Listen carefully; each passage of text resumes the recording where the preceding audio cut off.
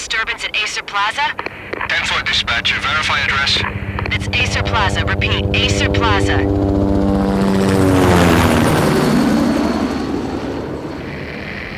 Shots fired on the rooftop. An assault in progress at Acer Plaza. Repeat, an assault in progress.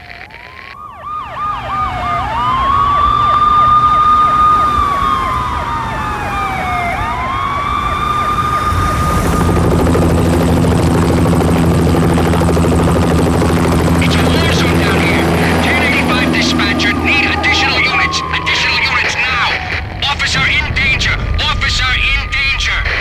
10-5, please repeat. 10-5, all units, emergency. Officer in danger, Acer Plaza. Repeat, Acer Plaza, all units. They were all dead. The final gunshot was an exclamation mark to everything that had led to this point. I released my finger from the trigger, and then it was over. To make any kind of sense of it, I need to go back 3 years. Back to the night the Payne started.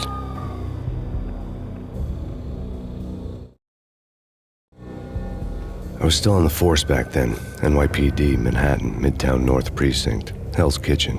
So when are you coming to work for me, Detective Payne? You'd make me work undercover in some hellhole. Sorry, Alex. Michelle and the baby come first. See? My last smoke. It's bad for the baby. That's you, Max. A regular Boy Scout. See, Alex? Still on for poker Thursday night, right? Like taking candy from a baby. Life was good. Sun setting on a sweet summer's day. Smell of freshly mowed lawns. The sounds of children playing. A house across the river on the Jersey side. Beautiful wife and a baby girl. The American dream come true. Honey, I'm home. But dreams have a nasty habit of going bad when you're not looking. The sun went down with practiced bravado. Twilight crawled across the sky, laden with foreboding.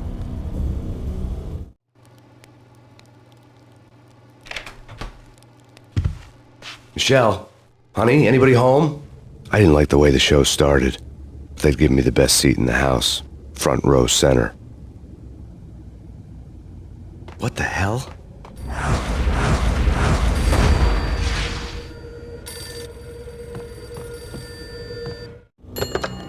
Listen, someone's broken into my house. Call 911.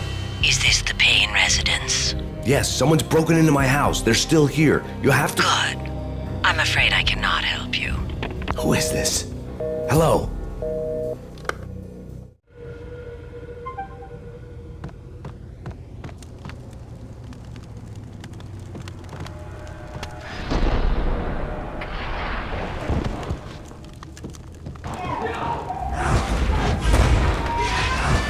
Michelle!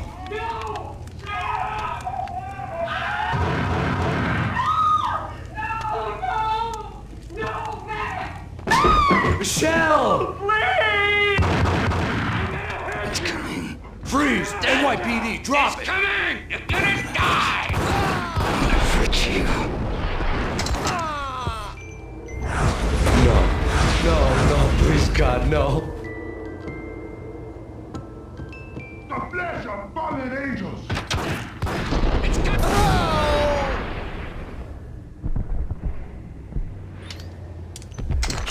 No, God, no, please, Michelle. Oh, baby.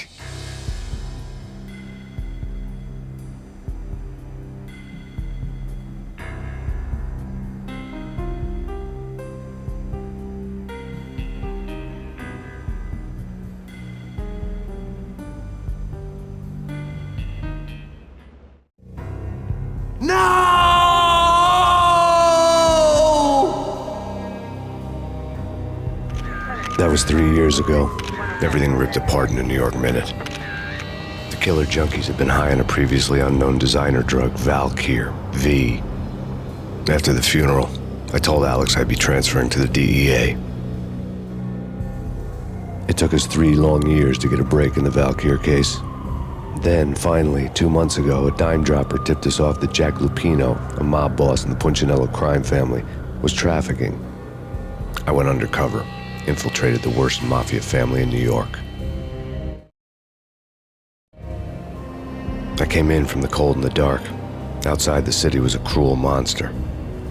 I've been slowly working my way from the small time to the big fish, trying to get to the source of the drug.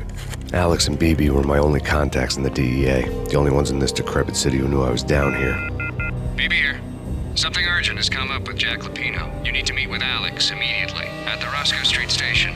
I hadn't had a face-to-face with Alex since I'd gone undercover.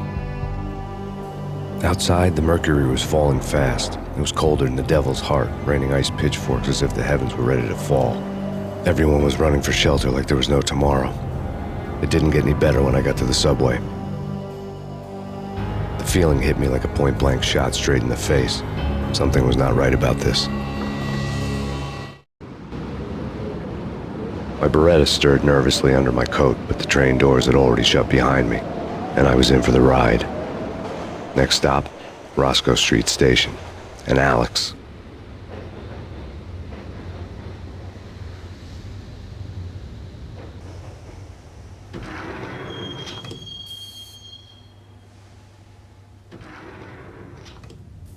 The station was drenched in gloom. Alex was a ghost, nowhere to be seen.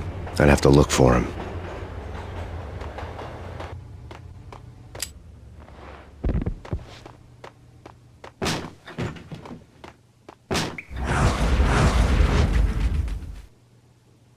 Death was in the air at Roscoe Street. I'd have to find Alex fast.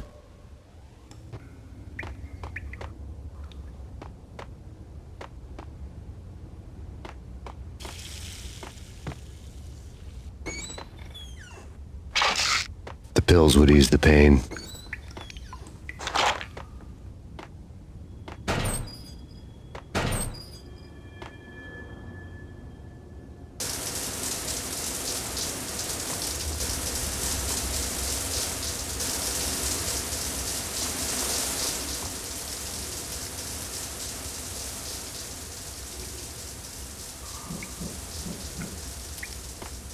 Wasn't Jake supposed to take care of this? He and Mickey are having too much fun taking care of the cop up there. Oh, well, what's the plan? What the hell?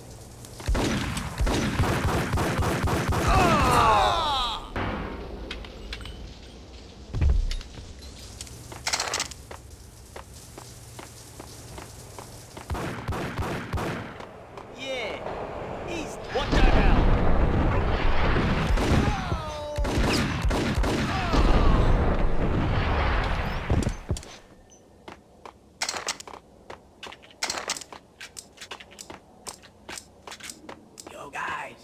Yo, guys, hey, we're getting around. You hear me? Hey! Oh!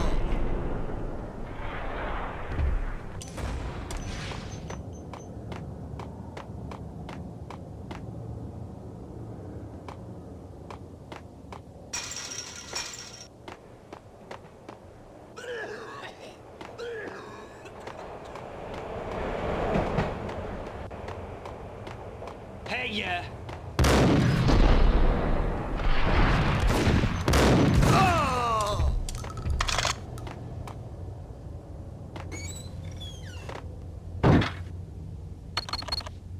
The security panel let out a mocking cackle.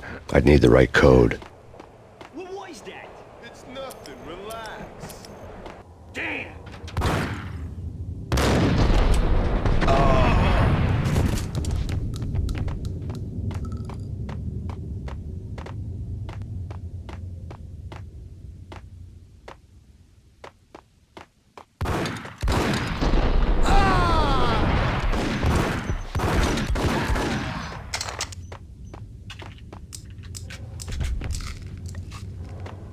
While looking for Alex, I had ended up in the middle of a big-time crime operation.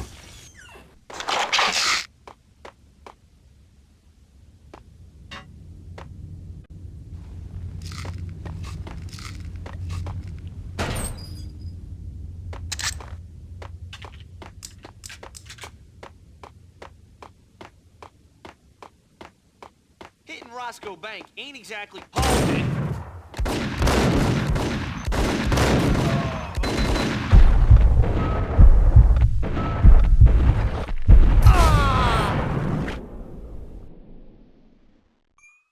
The gate was locked. I would have to find another way to get to the tunnel.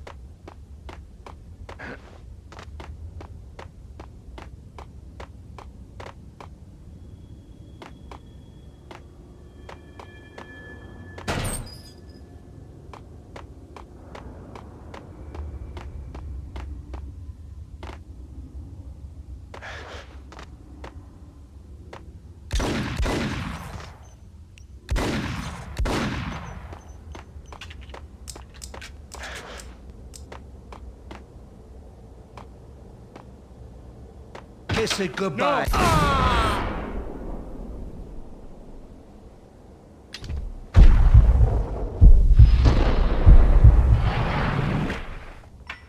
You saved me, man. What's going on here? A massacre.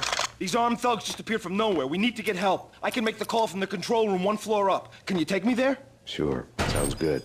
Follow me.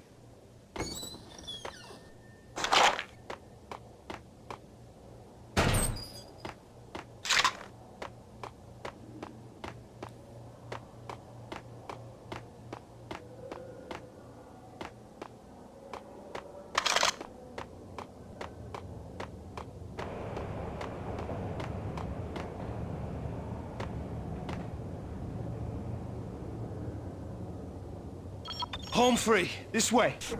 Yo! Look out!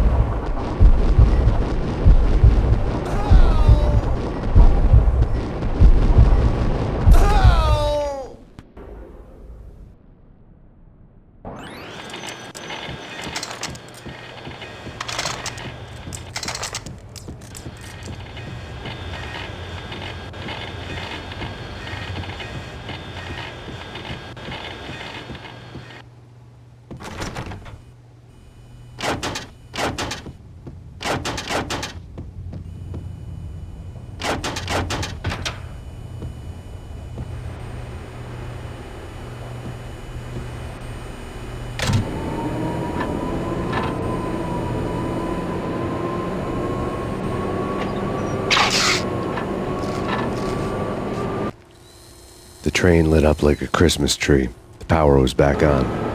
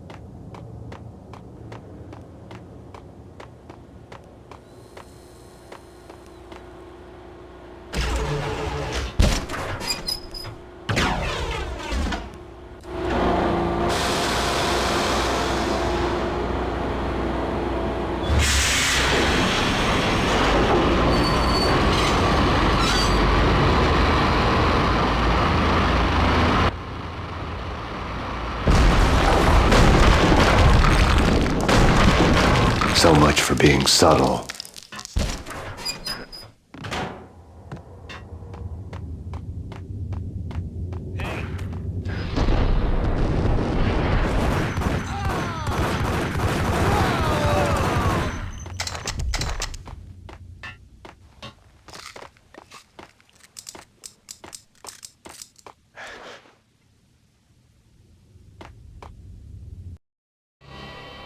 The rusty door led to an abandoned part of the station, closed off since the early 40s. Something big was going down in Roscoe Street. Maybe that's why Alex had wanted to meet me here. Maybe not. One way or the other, I was gonna find out.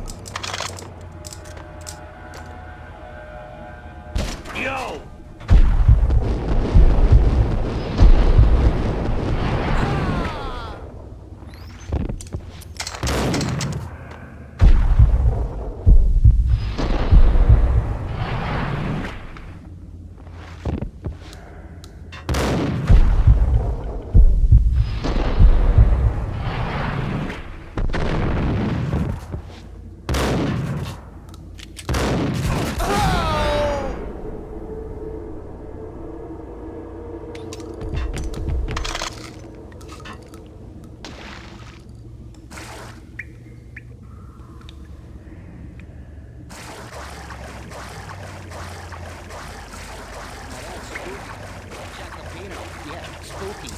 But also, it's like the failure.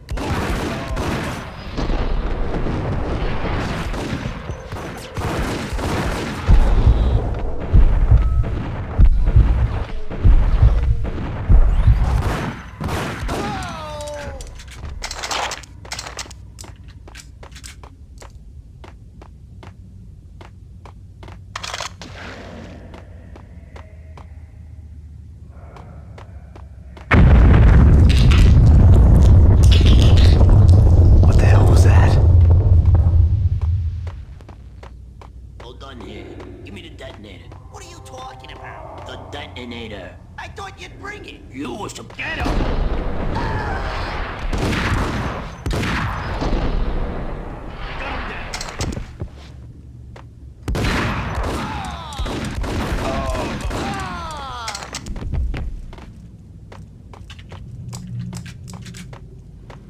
Okay, fellas, the police are on their way.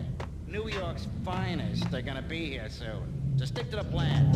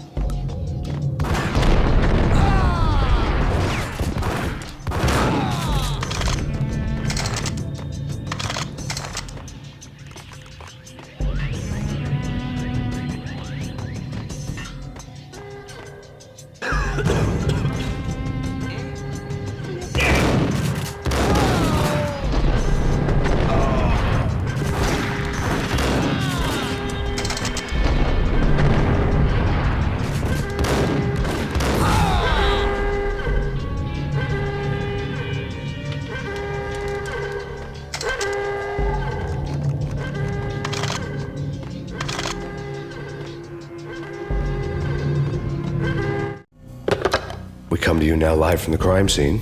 Who is this? Right back at you. This is Deputy Chief Jim Bravura from the NYPD. You are to cease your criminal activities and surrender immediately. Sure thing, Jim. Me and the boys have been talking and everyone's real sorry. They'll never do it again. Who the hell is this? Being placed at the scene of a bank robbery wouldn't have tipped the odds in my favor.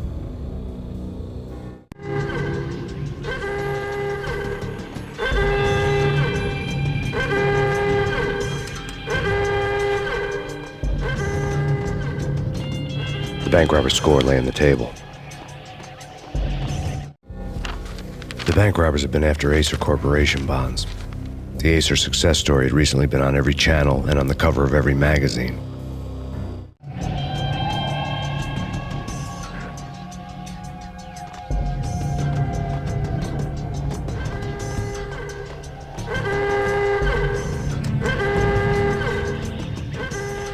The bank robbers had left their tools on the table.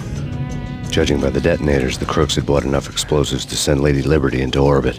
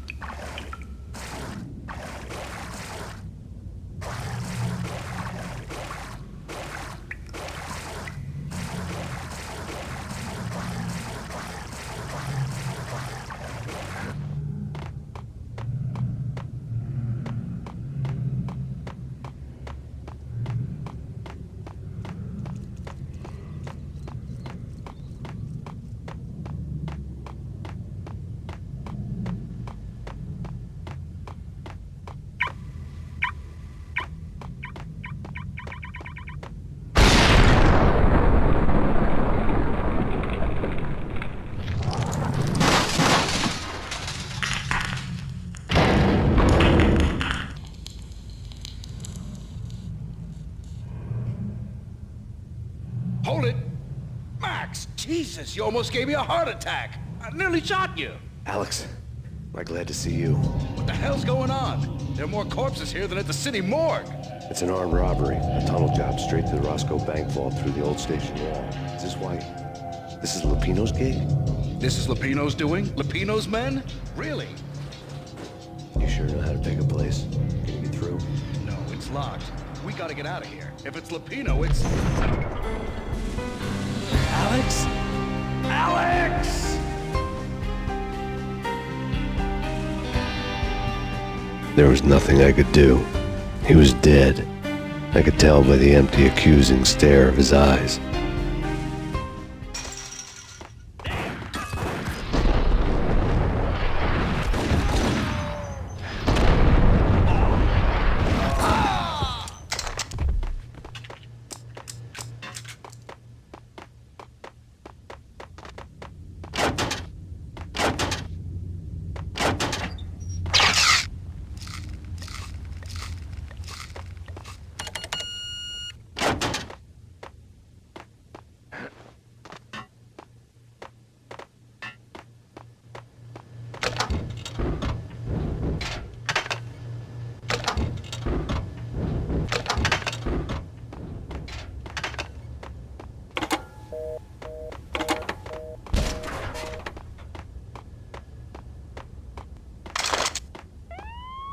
Let's get the hell out of here! What the?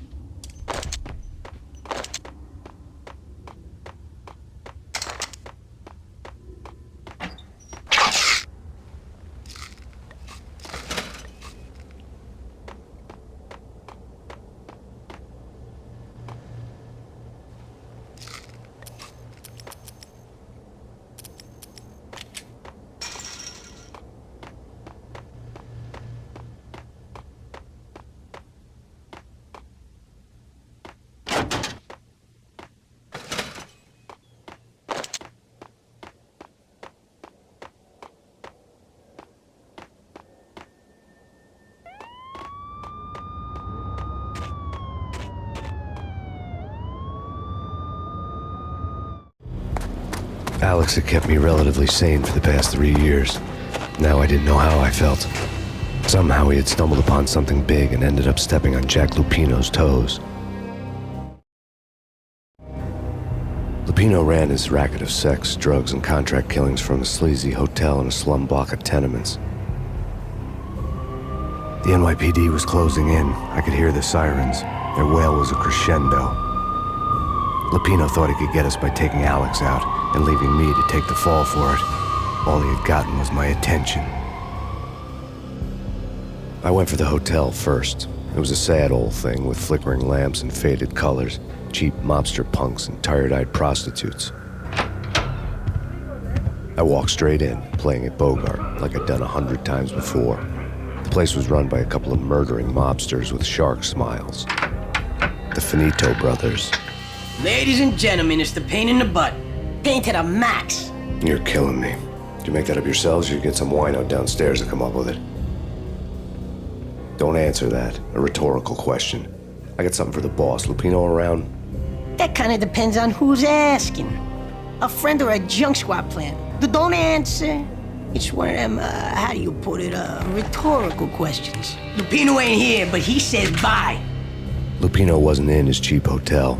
Instead, I ran into the Finito brothers. My cover had been blown, the door slammed shut behind me, and then I was dodging bullets like raindrops. Pain in the butt. Ha ha! Pain to the max. Junk squad kid. Gotta take you to Marble City first. And lying down. Swing it out.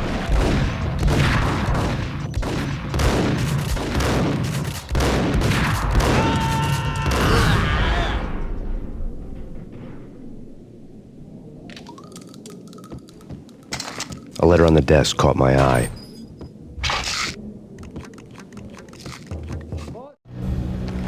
I had met Lupino only once. The gangster ran all his rackets through his right-hand man, Vinny Gagnetti. Gognitti was a high-strung whiner on the verge of breaking apart, like an overamped Energizer bunny.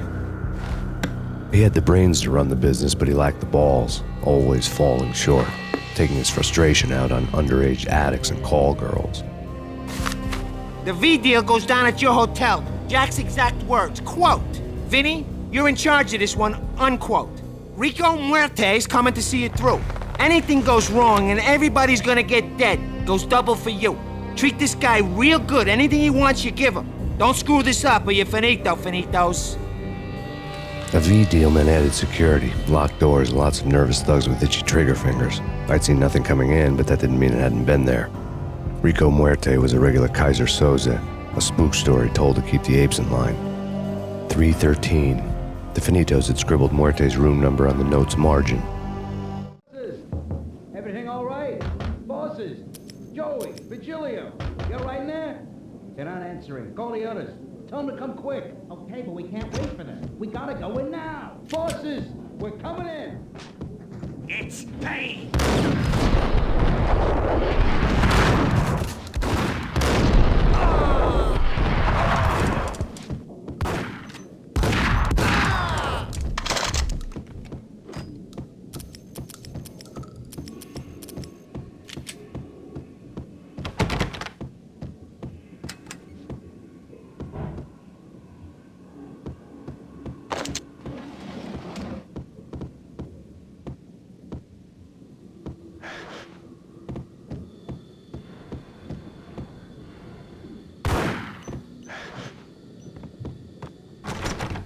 Getting out was not going to be easy.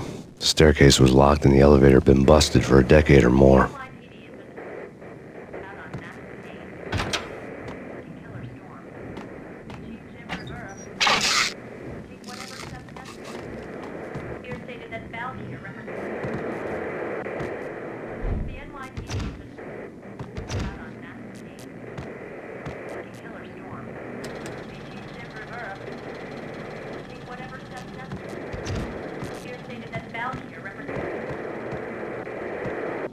In his press conference today, the mayor stated that Valkyr represents a clear danger to New York and called for drastic actions to eliminate the problem.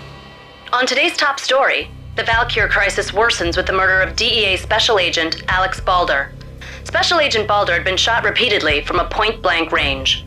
The gunman has been identified as Max Payne. The noose is sure to tighten around this fugitive criminal as more NYPD units join the search to apprehend him.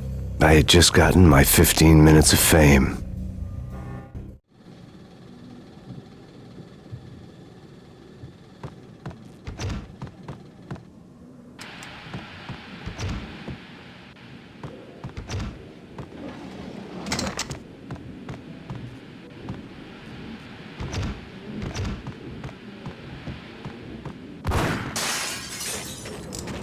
Yeah, something's wrong with the bosses. Payne's there and then what the hell?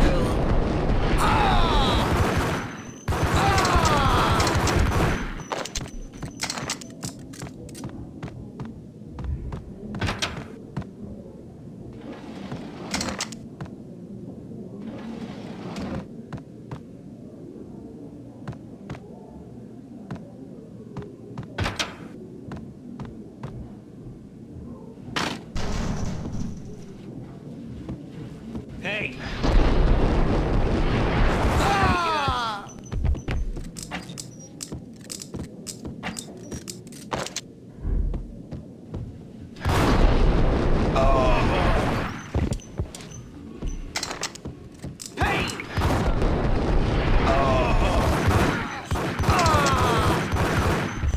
Lady Amelia, Marquis Valentine asks for an audience. Thank you, Lawrence. My lady.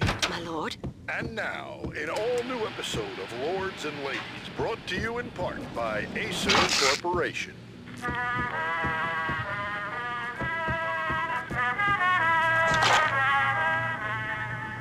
My lady. My lord? My lady, there is a matter of great importance I must bring to your attention. My lord, there is? Indeed, my lady, there is indeed. From the very first moment we met, upon that distant forest path, there has been sunlight in the autumn leaves blazing like the colors of your hair. Oh, my lord, you should not speak so. But my lady, I must. There he is! I told you this is me. But why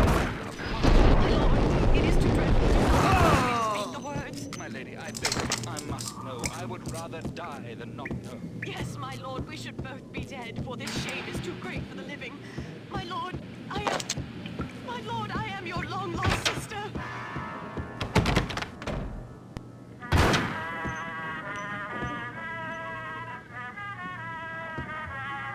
Piece of crap! What's the sucker?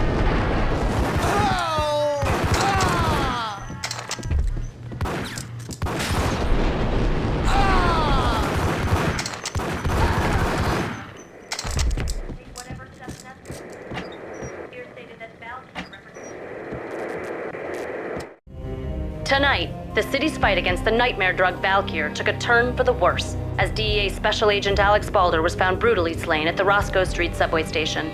A suspect was seen leaving the site only moments after the shots had been fired, and the NYPD is currently in pursuit of Max Payne, a repeated felon believed to be armed and extremely dangerous. And now the weather. The worst winter storm in recorded history continues to pound the city.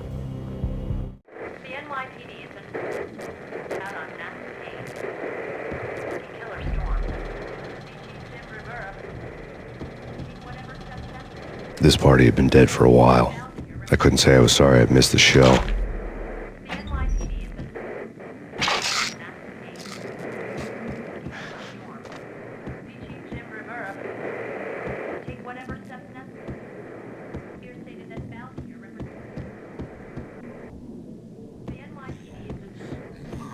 V-head junkies could go off without a warning. I had to be careful.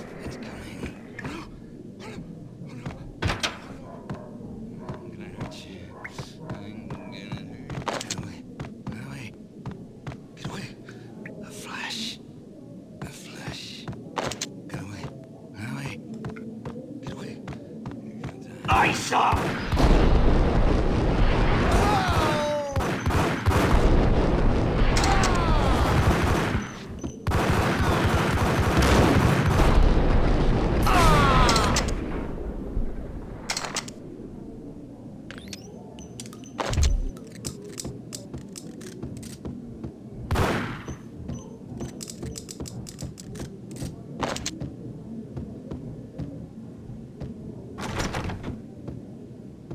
I'd found Muerte's room.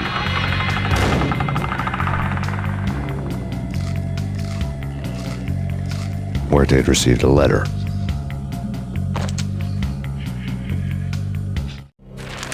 Our investigation had turned up nothing to link Angelo Punchinello, the head of the Punchinello family, to Valkyr. All tracks had ended with Jack Lupino. The letter in Muerte's room was signed by the Don himself. It was the first hint that the Kingpin knew what was brewing inside his syndicate. The trouble you got into after the Chicago screw-up. The Punchinello family bailed you out. You have been waiting for a chance to pay us back.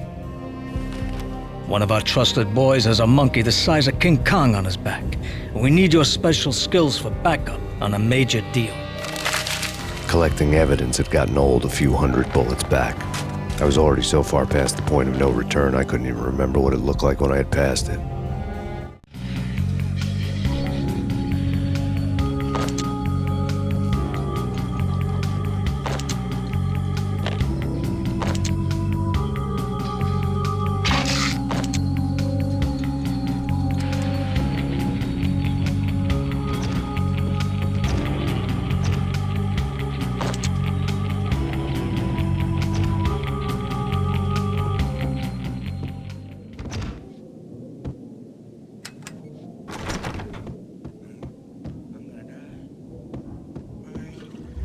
What the hell?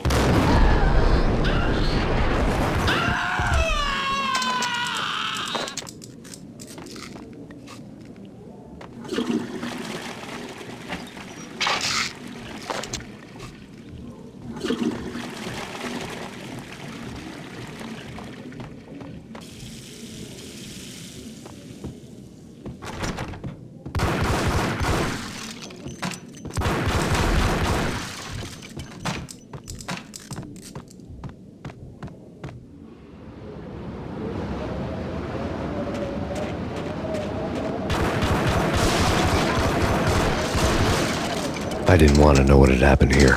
It was not a pretty sight.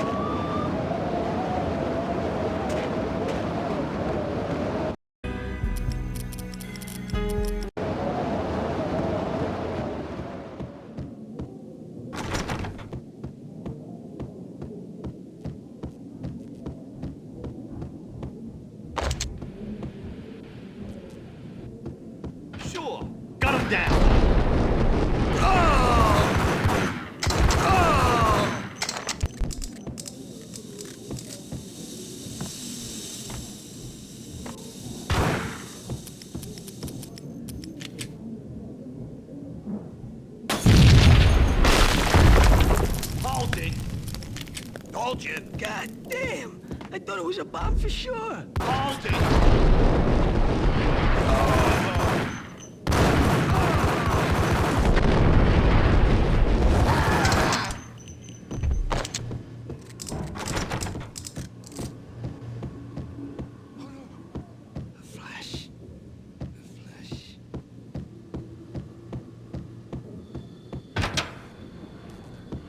The hooker had left her diary on the table.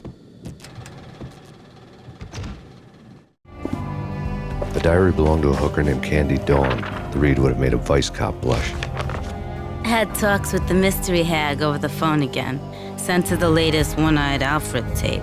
As long as the hag keeps paying for the tapes, the old man could come every day for all I care. She had a nice sideline, making secret X-rated flicks of her clients and selling them to the highest bidder. It would get her killed if her V-fix for the day didn't do it first.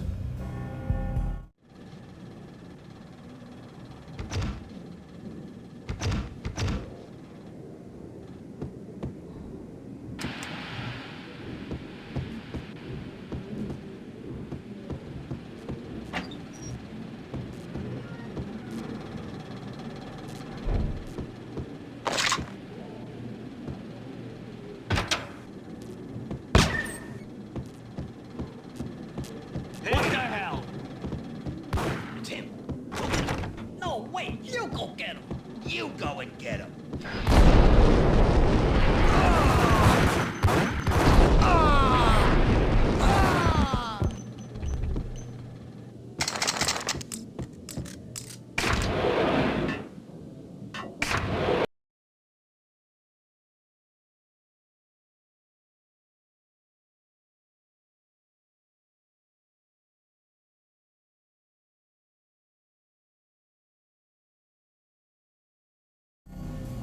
The old service elevator rumbled down to the bowels of Jack Lupino's hotel.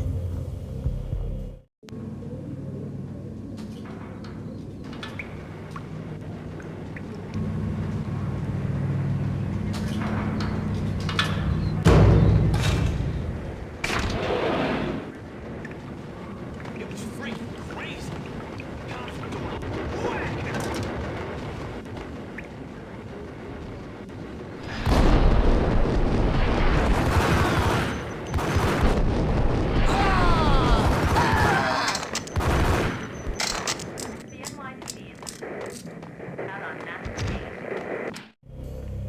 A winter storm warning is in effect in the whole tri-state area, as both freezing rain and heavy snowfall continue. Many roadways are already closed, and people are advised to stay indoors. The severe blizzard has ravaged New York for 3 days now, with no end in sight. We'd been snowed from the start in the Valkyr case. The forecast said there was plenty more where that had come from. But the snowbound city was on my side. Less chance of innocent bystanders getting caught in the crossfire.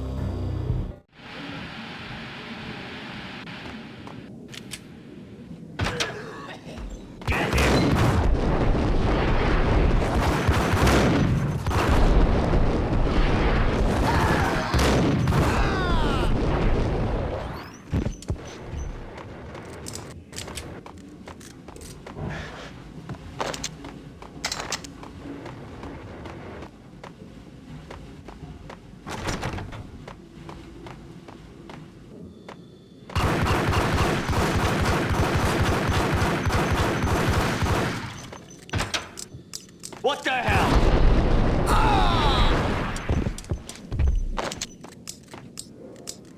Exhibit number 1, a newspaper. A dead man tied to a chair lay on the boiler room floor. Captain Baseball Bat Boy has an unbeatable track record in superhero death matches. But a 6-pack of root beer gets me every time. The murder weapon was a baseball bat, now lying in a pool of drying blood next to a newspaper folded open on a Captain Baseball Bat Boy comic strip.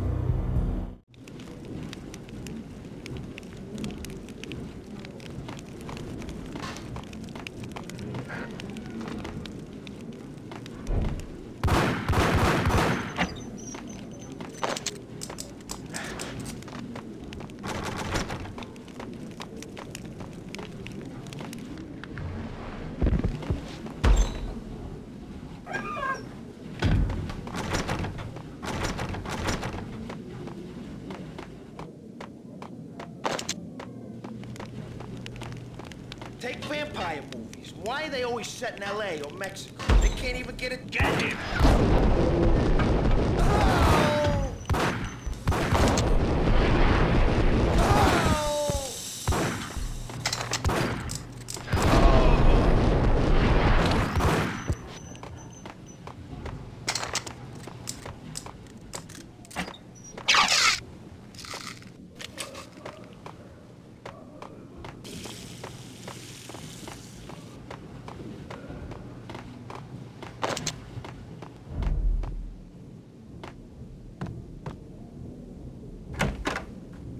Chill with the guns. Trust me, you don't want to piss Muerte off. Gentlemen, let's do business. Green for green. Cheers at green-eyed angels. Amen. Got him down!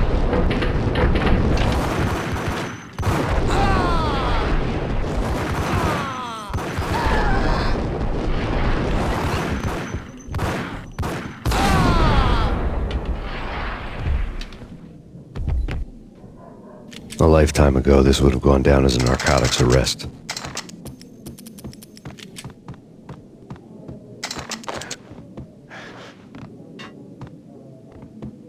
There was a key on the table.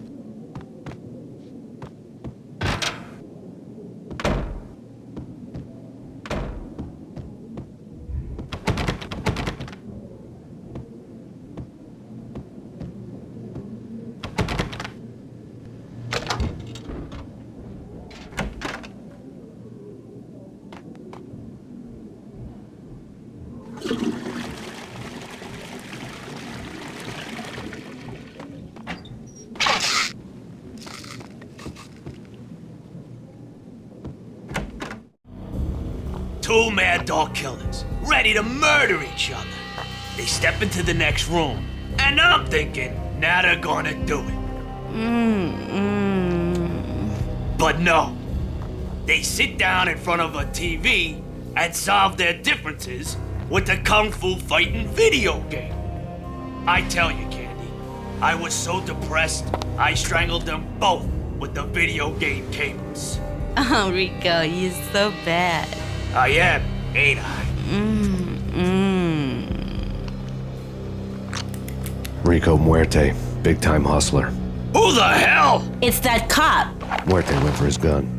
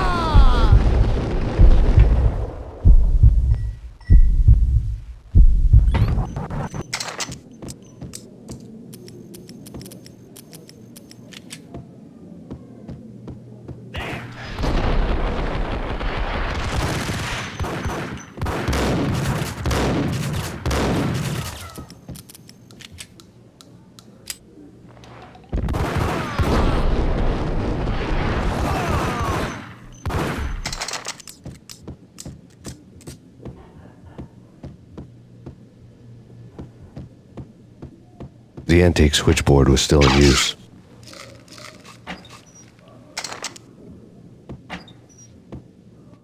There was an old telephone switchboard in the back room of the reception area, the kind that made phone tapping child's play. It wasn't hard to picture a fat pimp sweating with headphones on, listening to his hookers talk dirty and fake orgasms over a web of party lines, the blood veins of New York. Right now, there was a different set of moans and groans going on. Boss, Cornelia, this Max Payne. He came, started capping us. He killed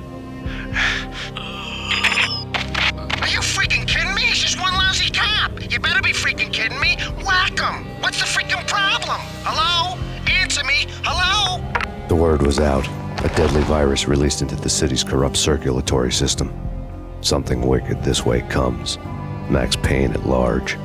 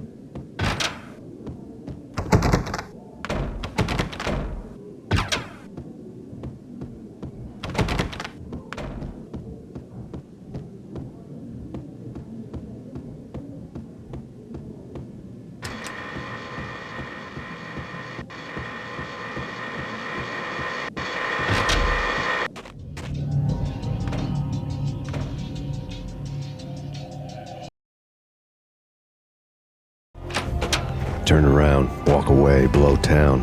That would have been the smart thing to do. Guess I wasn't that smart. Lupino's tenement buildings were a seedy hangout for all kinds of sleaze. A liquor store, a pawn shop, a laundromat full of mobster bookies and loan sharks. The list went on. The how and why of it was a mystery to me, but they knew I was a cop. They knew I was coming, and they were going to get real trigger happy about it.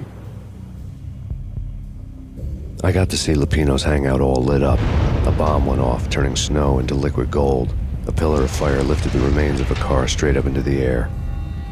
The flames were highlighted on the hood of a black Mercedes-Benz as it coasted down the street real slow, as if the driver didn't have a worry in the world. I got a good look at the man riding shotgun. It was Vladimir, the head of the local Russian mob, the fly in Don Punchinello's soup. The ringing in my ears was the sound of a mob war being waged.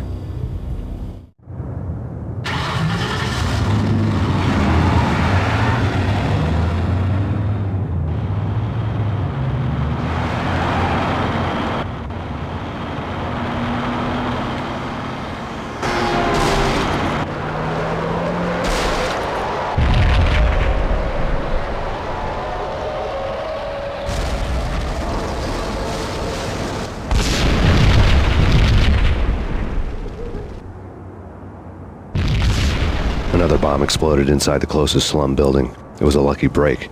The goons inside were spooked, but luck always came with a price tag. More bombs could still be ticking inside, and the cops would already be on their way. Jack Lupino's suite was on the top floor.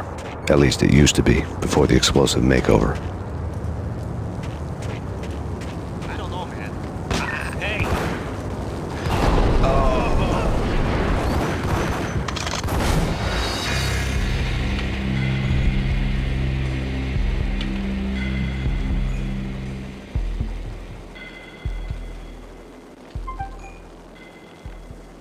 Jack Lupino's suite was on the top floor. At least it used to be, before the explosive makeover. I don't know, man. I don't know about this. Hey, yeah.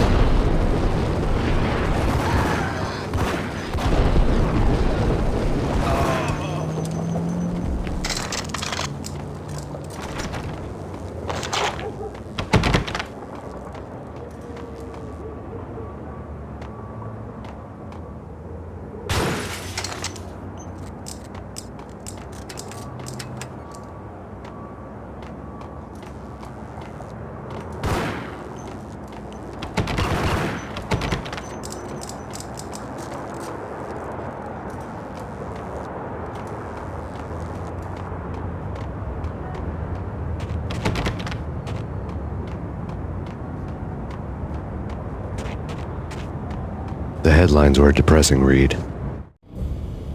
The headlines were screaming bloody murder. The storm was a screaming duet with the approaching prowl car sirens. It was all a scream when you were down for the count and wanted for murder.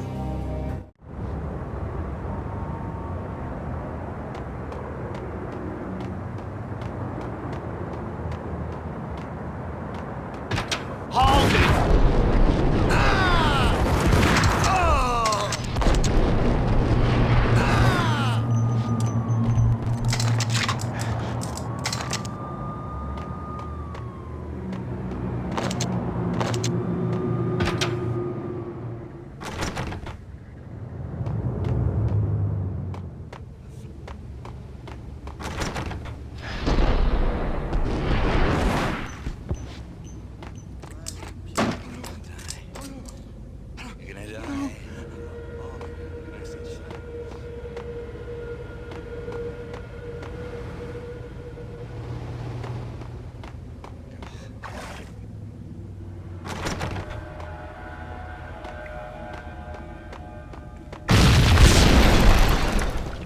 The whole building was rigged with explosives.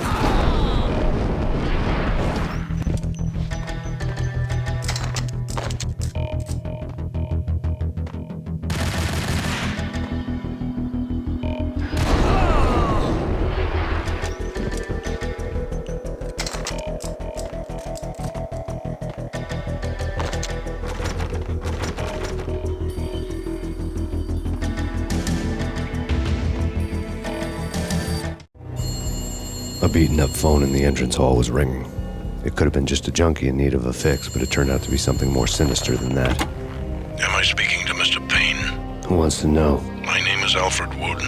You must hurry. The police are on their way. Tell me something I don't know. They know you're there. How? And what's it to you? I will contact you again. The cops arrived, sirens singing in the off-key harmony of a manic-depressive choir. I had a few minutes while the SWAT team would go through their usual routine. By the time they busted in, I needed to be long gone. Max Payne, this is Deputy Chief Jim Bravura from the NYPD. Drop your weapons and come out with your hands above your head.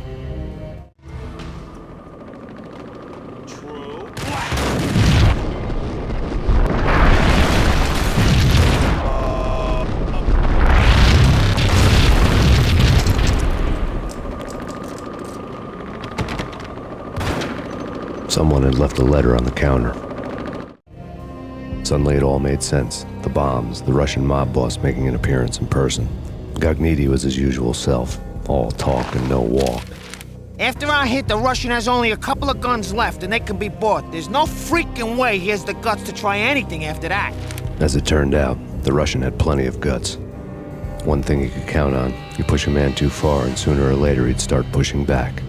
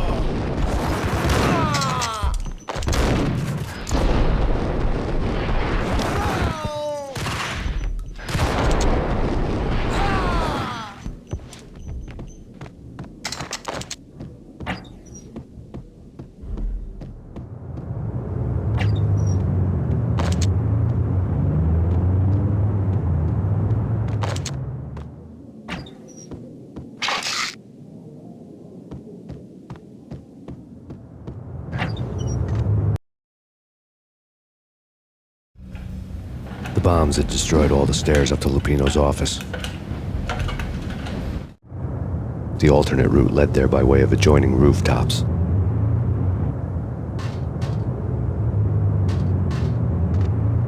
It's never been this cold. Never ever. It's like the sky's falling. Yes, sir. It's the end of the world as we know it. To get to the roof, I'd need to get to the elevator through the locked door up ahead. Pizza delivery. Never seen you before. Buzz off, Joker.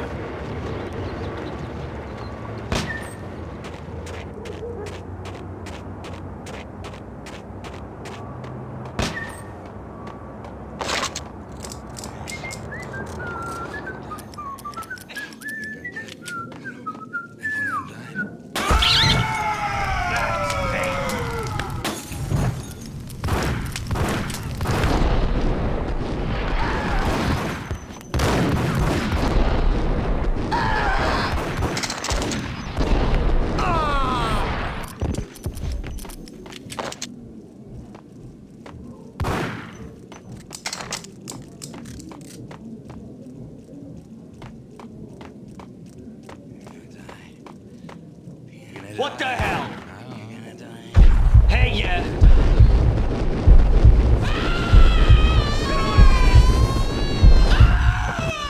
Hold it.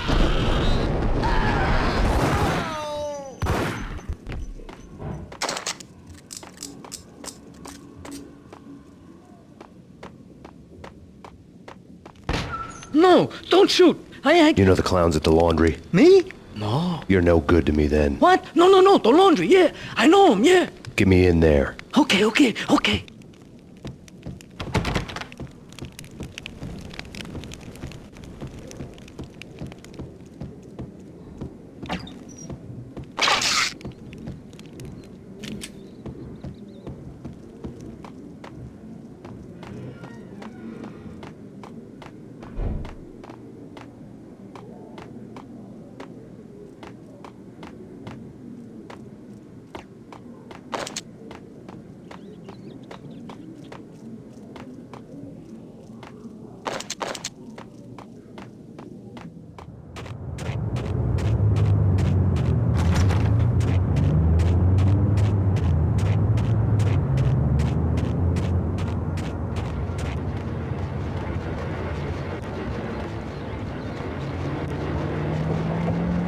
It's me. Open up. Let me in, quick. Not so fast. The password. John Woo. Come on. Okay, John Woo. All right. Come right in. It's a trap! It's Payne! It's Payne!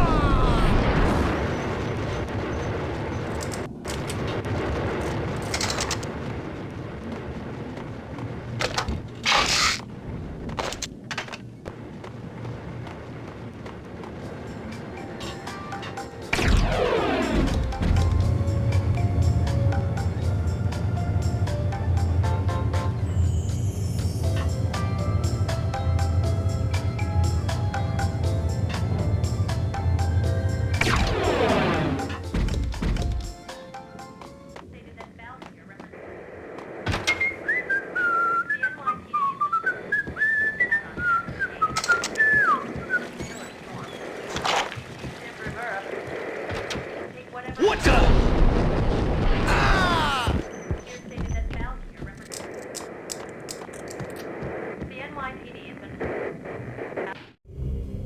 New York City is in crisis tonight, with reports of Valkyr-related gang war in the streets of the Bronx. Apparently, Max Payne, wanted for questioning in connection with the slaying of a DEA special agent earlier tonight, is waging a one-man war against his former partners in crime. Among the listed casualties so far are notorious mafia members Joey and Virgilio Finito, as well as Rico Muerte, himself a fugitive from the law, and a suspect for several murders in the Chicago area. The NYPD has been placed on full alert, A citywide APB has been put out on Max Payne. Deputy Chief Jim Bravura has promised to take whatever steps necessary to bring him to justice. What those steps may be remains to be seen. For NYCNN TV News, this is Kira Silver.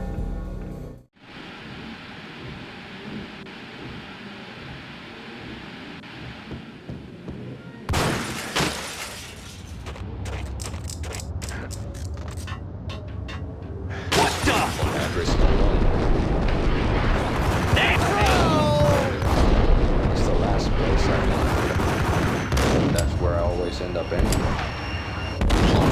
It's not Payne Flamingo, but someone who looks the part down to the finest detail, except that he's evil. I'm hiding in the shadows, watching it all unfold. Flamingo speaks. It says, that here is far more fun than television. Somehow I know this, just don't ask me how.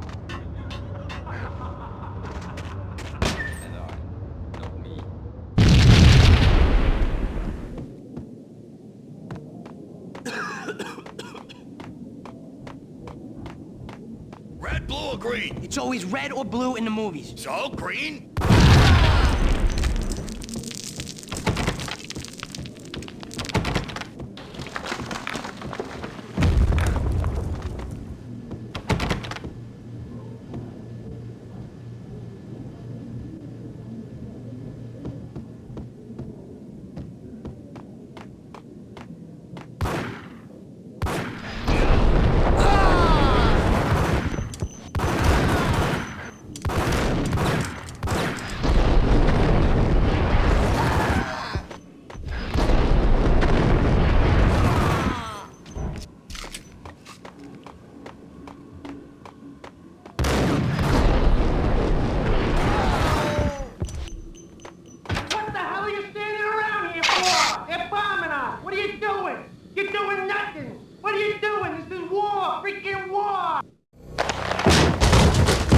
Vinny Gognitti, just the man I've been killing to see. Payne? Freaking Fed! I knew from day one there was something screwy about you. What do you think you're doing? You're a freaking cop. You ain't got squad on us. You can't just come in here waving your piece like it meant something. Yeah! Oh my God! Oh God, you shot me! Ah! You're dead, Payne! What the hell are you waiting for, you apes? Kill him! Kill him! With pleasure, boss. Gognitti bailed. I made like Chow Yun Fat.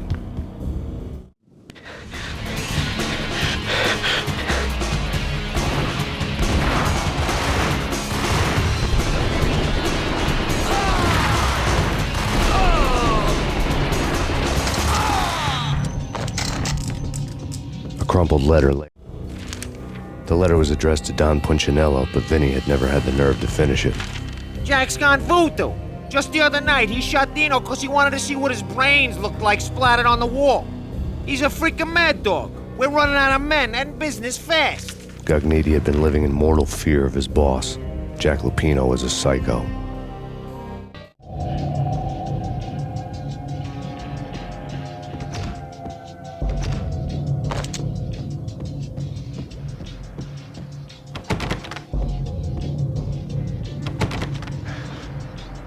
Vinny Gognitti was running scared. He could run, but with a bullet in his stomach like a broken bottle of Tabasco, he was quickly running out of time. He knew where his boss was, and I wanted to square things up with Jack Lupino. Gognitti would be moving fast. I don't know about angels, but it's fear that gives men wings.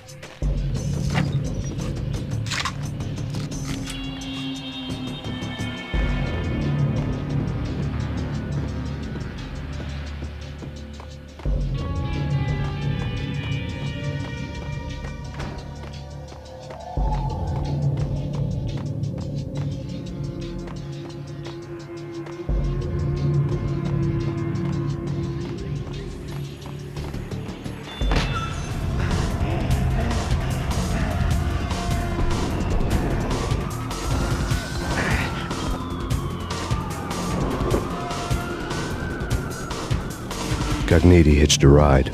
To catch him, I'd have to follow his lead.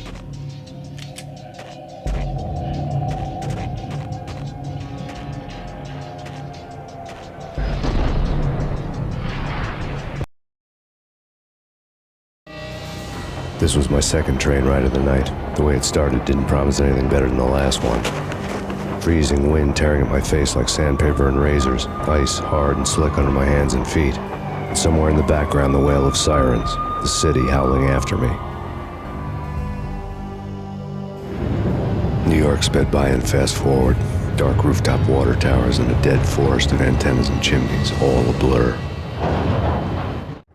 When the train he was riding slowed down, Gognitti made his move.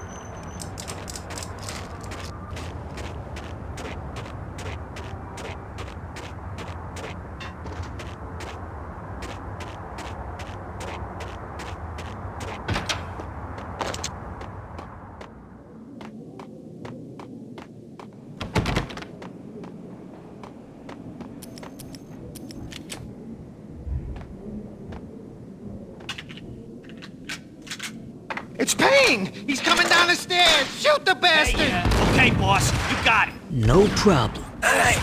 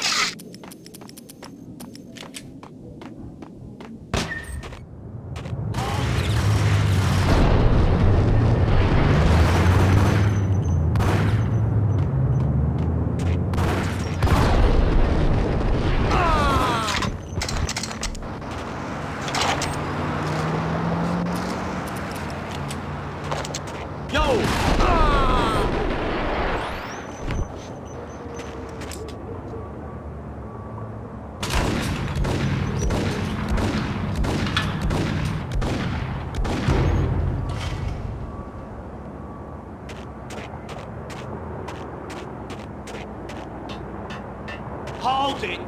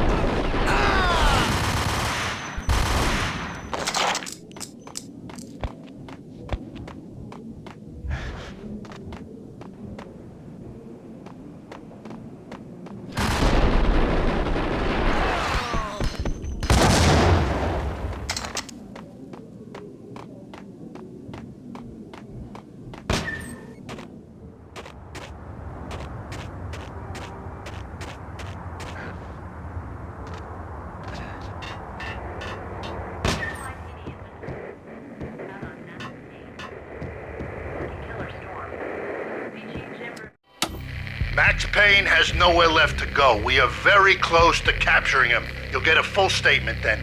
Right now, I've got better things to do, ma'am. That was Deputy Chief Jim Rivera from the NYPD with no further comment at this time.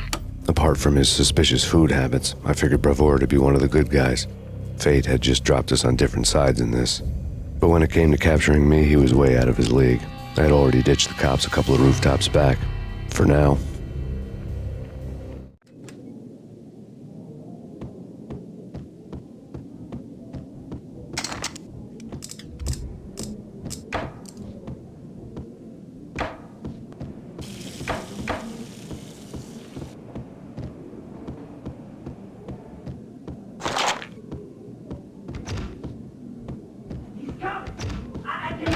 Ready? Keep it done. Going at the door. Okay. This is it. Any moment now, Payne's gonna fuck that door. You either hit or run. I, for one, is gonna pump the SOB so full of lead, they'll need a forklift to carry the coffin to gun them down.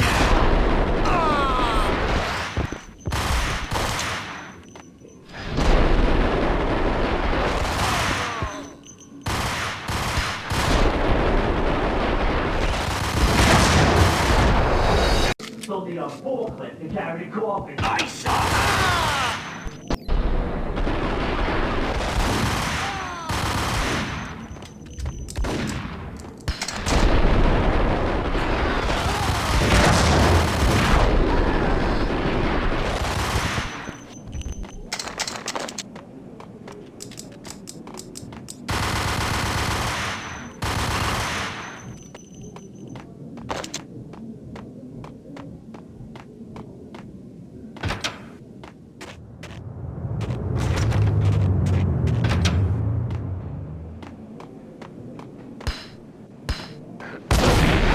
They'll need a forklift to carry the coffin to...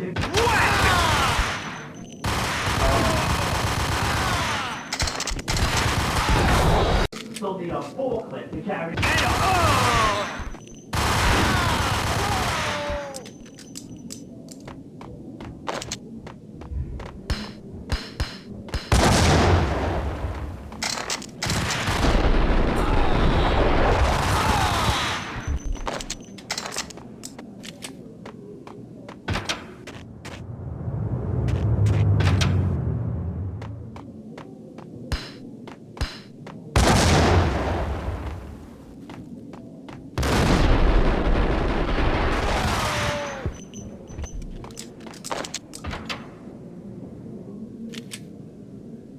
Open, goddammit! Payne! I'll kill you, you lousy freaking cop!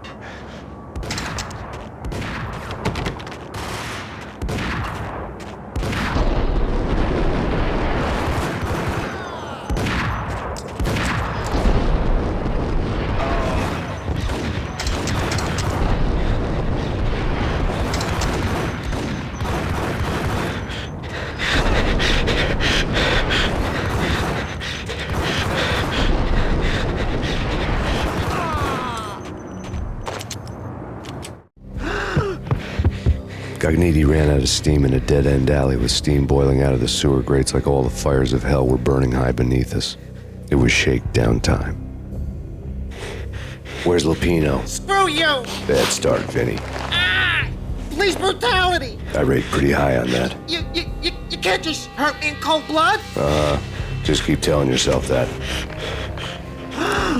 Listen good, Candyman.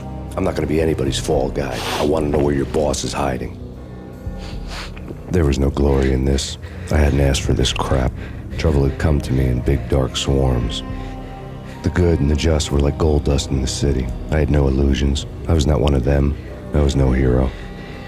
Just me and the gun and the crook. My options had decreased to a singular course.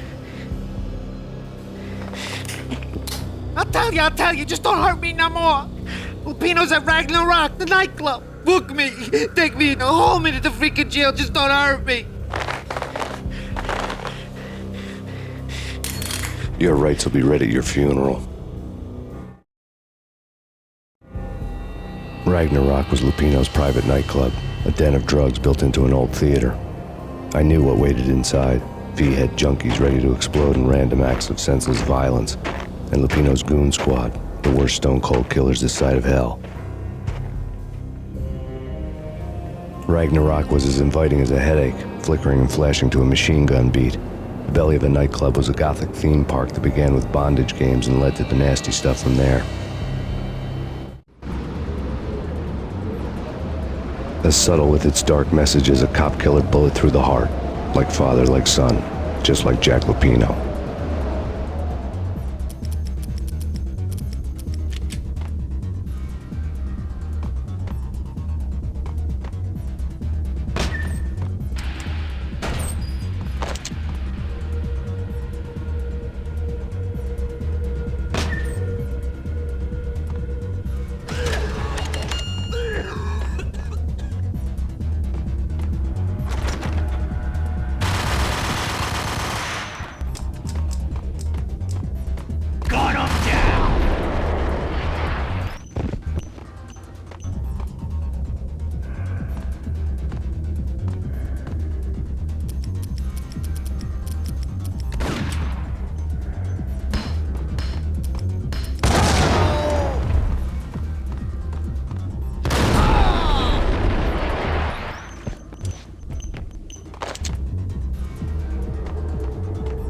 The book had never been a bestseller.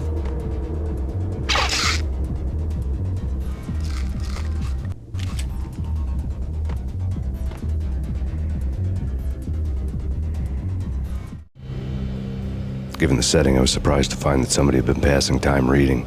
The paperback was entitled, The Age of Murder and Storm. The blurb on the back mentioned Norse mythos and Ragnarok, the end of a Viking world with a terrible winter that covered the earth in ice, when vile crimes were rampant and all humanity lost. I could see how somebody impressionable might get it into their head that we were at the end of time. I was also beginning to see what the nightclub and its owner were all about.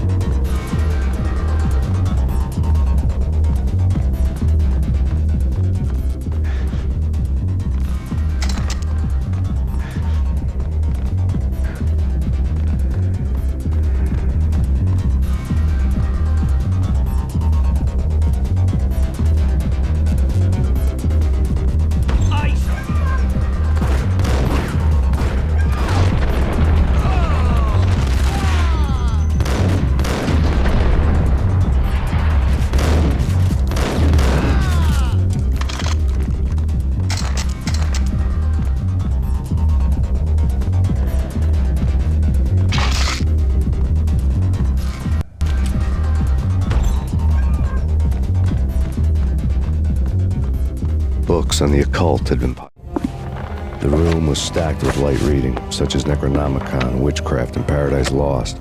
Old exotic titles like Malleus Maleficarum and De Umbrarum Reini Novum Portus. Books with pentagrams on their covers, all dealing with the occult and the infernal, lying between stacks of horror videos and a couple of Ouija boards. The only thing I could take seriously was the thought of Lupino taking it seriously. He had been spending a lot of time getting intimate with the guy downstairs. Bolt had been piled on the table.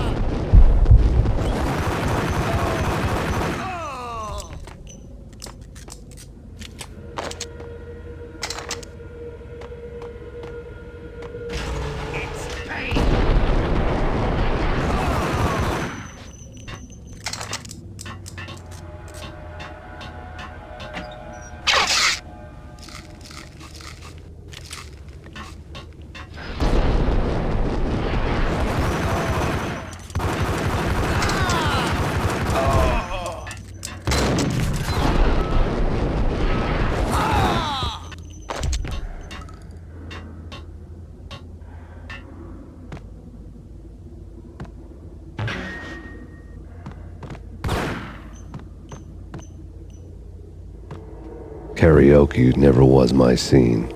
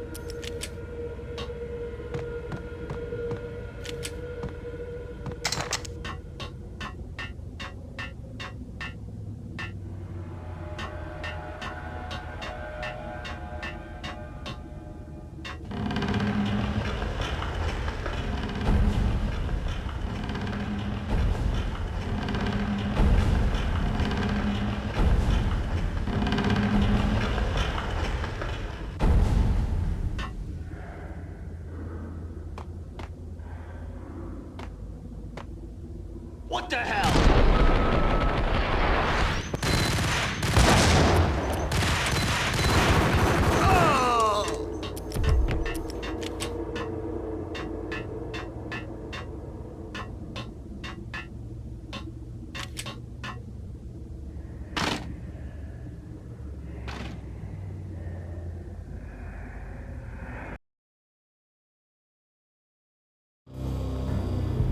The backstage area led to Lupino's inner sanctum. The hot air inside was like an invisible wall, thick with incense and something else, a sickly sweet smell that made you gag. This was the rotten core of the Big Apple. Lupino lurked somewhere ahead, like a spider at the center of his web, waiting. The vapors in the air started to make my head swim. Torn pieces of a letter lay scattered on the sofa.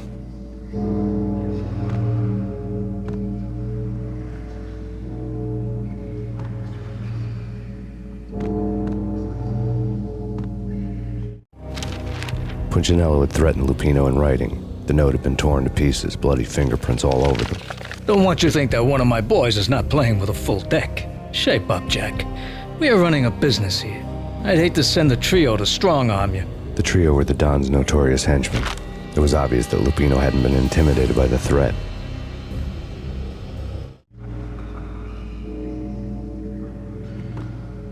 Lupino's notes covered the table.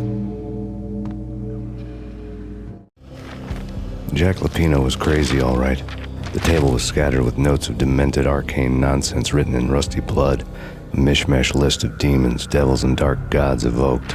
Beelzebub, Asmodeus, Baphomet, Lucifer, Loki, Cthulhu, Lilith, Hela, blood given to you all. He was after that old Faustian deal, your soul for power and fortune. Just sign on the dotted line with your blood. Lupino's notebook lay on the pedestal. Jack Lupino was crazy, all right. Mythic wolves, let loose to devour the sun and the moon. Lupino is the wolf. I'm Mr. Beast, the big bad Fenris wolf. I'm the end of the world man, wearing the flesh of fallen angels. After Y2K, the end of the world had become a cliché. But who was I to talk? A brooding underdog avenger alone against an empire of evil, out to right a grave injustice. Everything was subjective. There were only personal apocalypses. Nothing is a cliché when it's happening to you.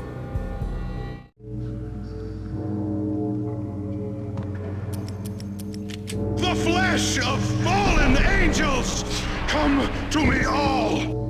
Astaroth, Beelzebub, Asmodeus, Baphomet, Lucifer, Loki, Satan, Cthulhu, Lilith, Ella! Blood to you all! Secrets living under your skin. Reality. I've seen it. The corruption of flesh.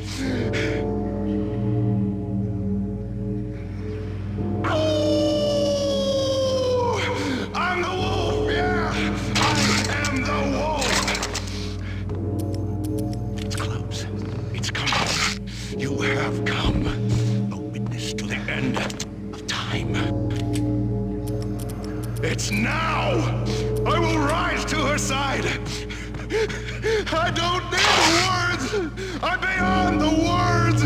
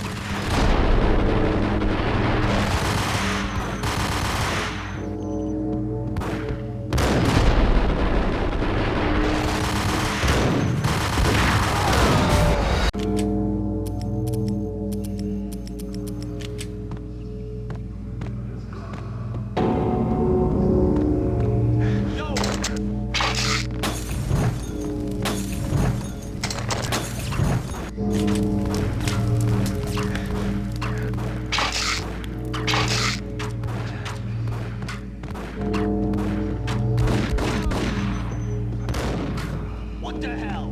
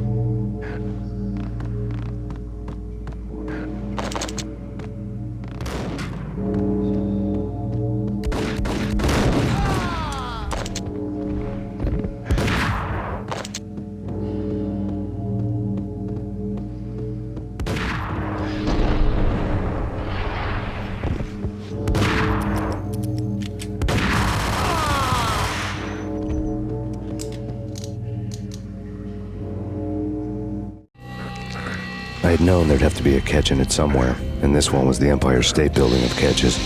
Lupino was pumped up and dying to go 15 rounds with a mutant alligator. And then he started this spooky monkey talk, straight from a bad dream. Mine. I have tasted the flesh of fallen angels.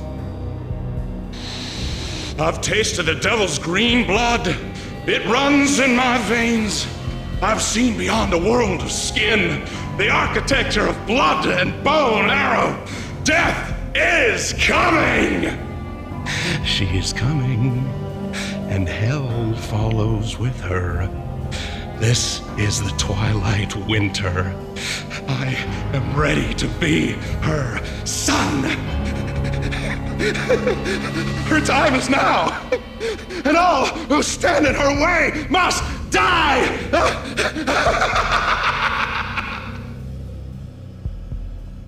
Die! You'll die! You'll die! Now! All die!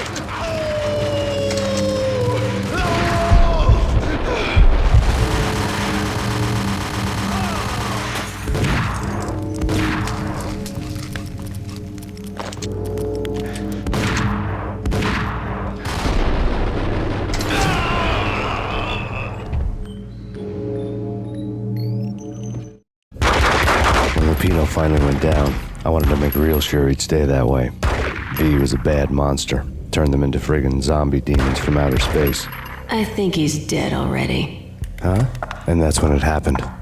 But dead or not, you've got the wrong guy. In stepped this knockout femme fatale holding a gun to my face. I returned the favor. Lisa Punchinello. Lisa Punchinello was the Don's wife. Mona Sachs. Lisa's evil twin. Your safety's off, evil twin. You might hurt someone with that gun of yours. Lisa's the damsel in distress. I'm the professional. I'd blow you away without batting an eye. Sure, and you can check out my credentials splattered all over this joint. Jack couldn't have framed you. Not the state he was in. We're after the same slime bag.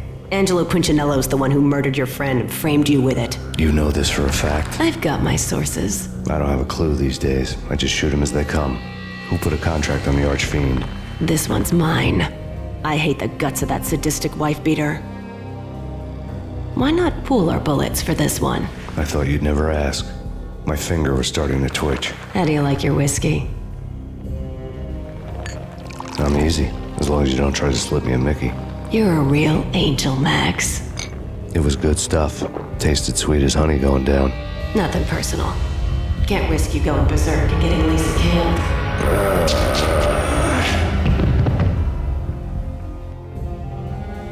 The nightmare was always the same. Violent shapes moving in darkness, old and ugly. The killer's mad laughter was a riddle filled with wicked innuendo.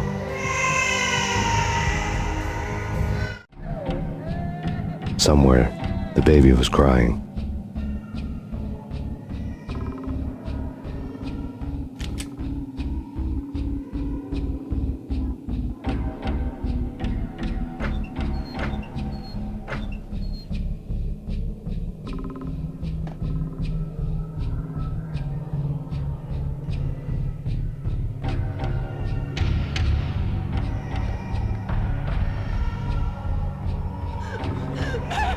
No, please!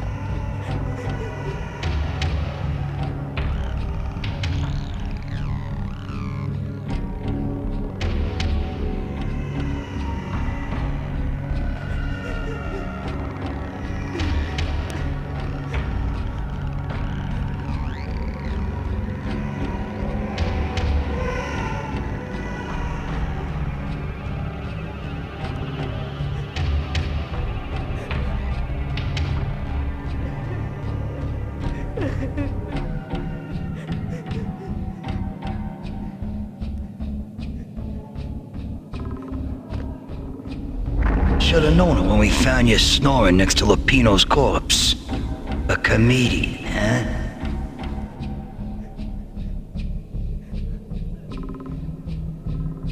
The pictures were Alex and I had a few moments of glory between us.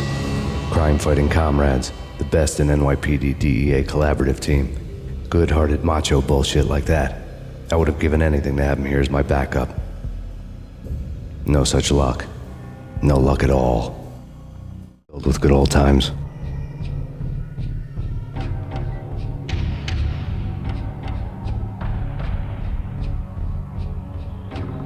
Michelle looked at me.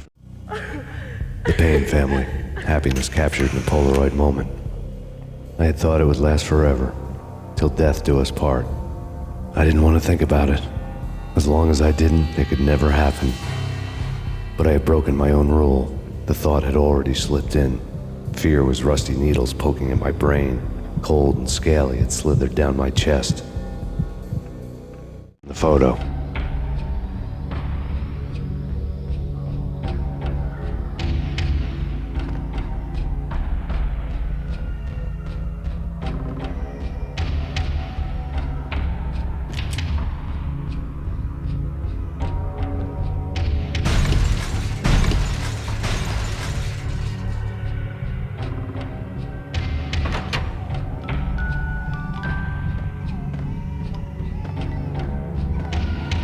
I really love to watch cartoons.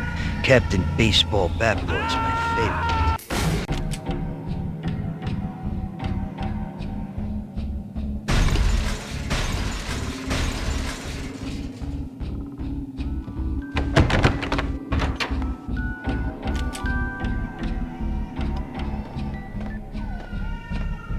I really love to watch cartoons. Captain Baseball Bat Boy's my favorite.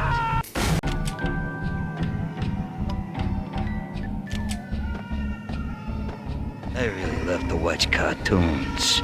Captain Baseball Bat Boy's my favorite.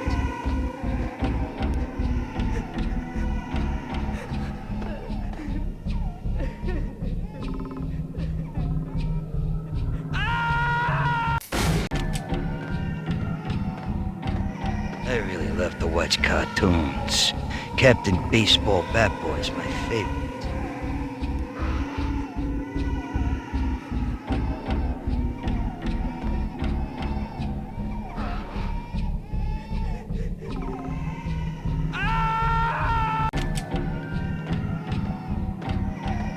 I really love to watch cartoons. Captain Baseball Bat Boy's my favorite.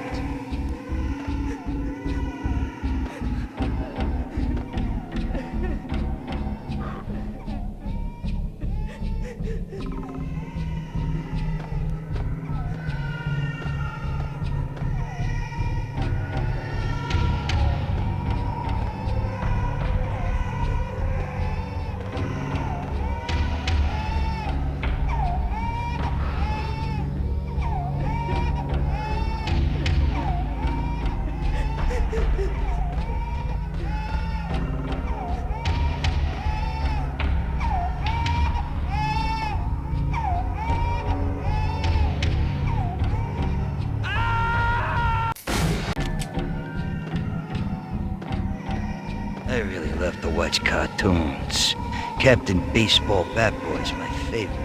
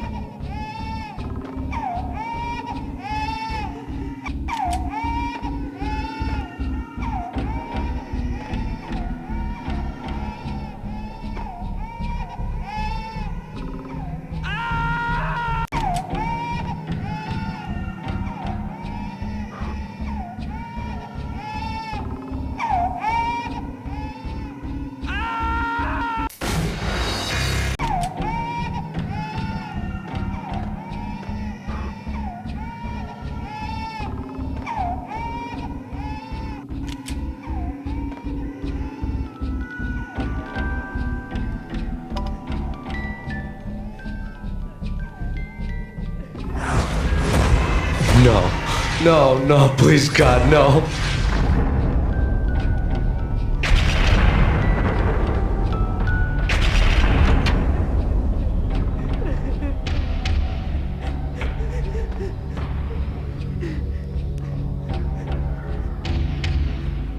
Slice them, dice them, shoot them full of holes, blow them to bits, vaporize them, disintegrate them.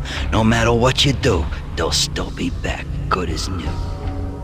Michelle's diary lay on the table. Max, no, please, Max. Why? I didn't mean to. I'm sorry.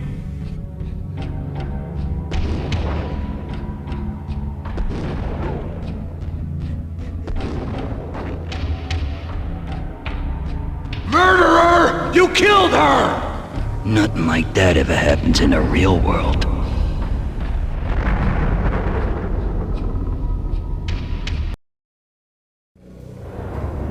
I woke up in a bad dream. My head felt 2 sizes too small for my brain. Max Payne. I envy your name.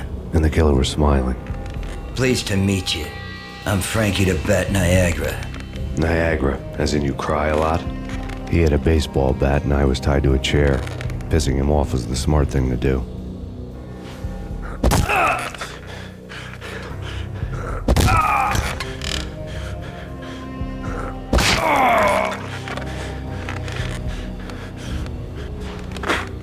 Nothing wrong with a little laugh now and then. Take me, for example. I love to watch cartoons. Cartoon violence is a fascinating thing. Let's take a break. I need to take a leak and maybe grab a cold one at the bar. Don't worry. I'll be back to finish this off. And then, it's checkout time. You play, you pay, you bastard. He swaggered out, and the door clanged shut behind him, locks clicking into place. Everyone makes mistakes. Mine hadn't been to crack jokes about the goon with the bat. He'd have cracked my skull regardless. It hadn't even been to trust a girl with a gun. I had blindly gone after the first bad guy on my hit list when I should have been aiming further up the ladder, at the head of the Punchinello family. I couldn't bring myself to be pissed at Mona. Guess I had a soft spot for her pretty face.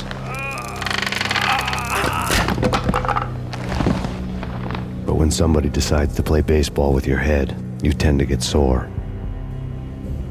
They had dragged me back to the basement of Lupino's hotel. I was beaten, bruised, and blue. I felt like the chair I had broken to get free.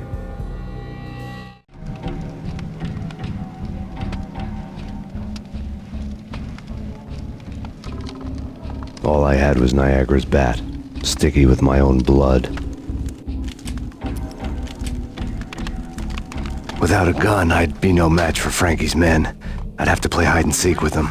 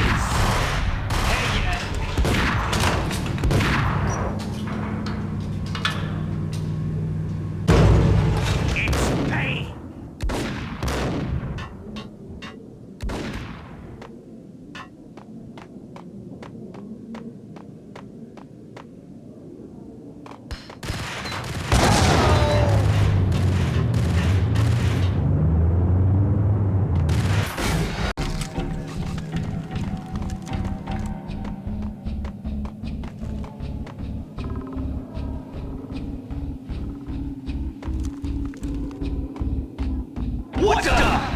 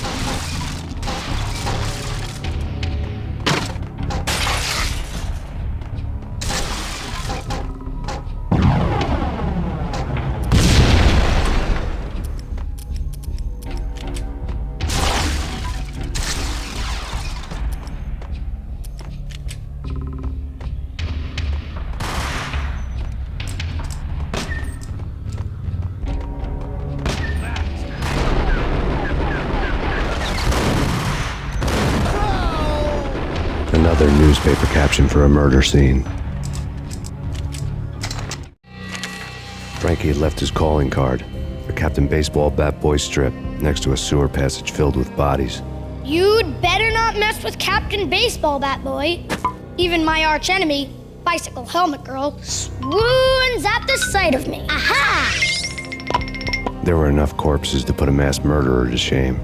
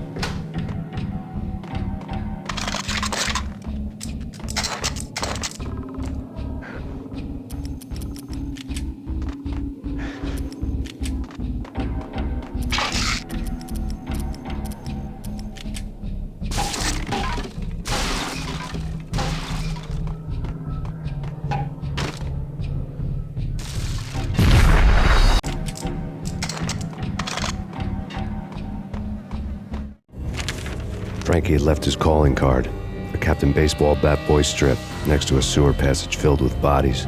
You'd better not mess with Captain Baseball Bat Boy. Even my arch enemy, Bicycle Helmet Girl, swoons at the sight of me. Aha! There were enough corpses to put a mass murderer to shame.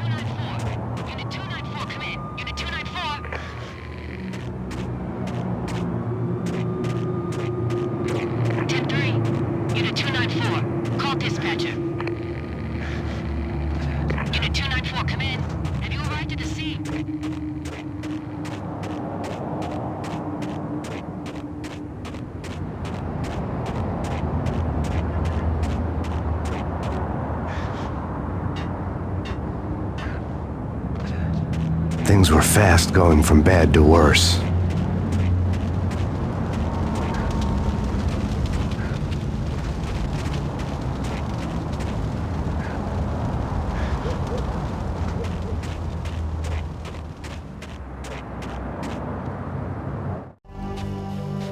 The men in blue had come and gone. They had decorated the place with chalk outlines and tied it together with yellow tape. The cops who had stayed behind were dead. Frankie, his boys, and I had the place all for ourselves.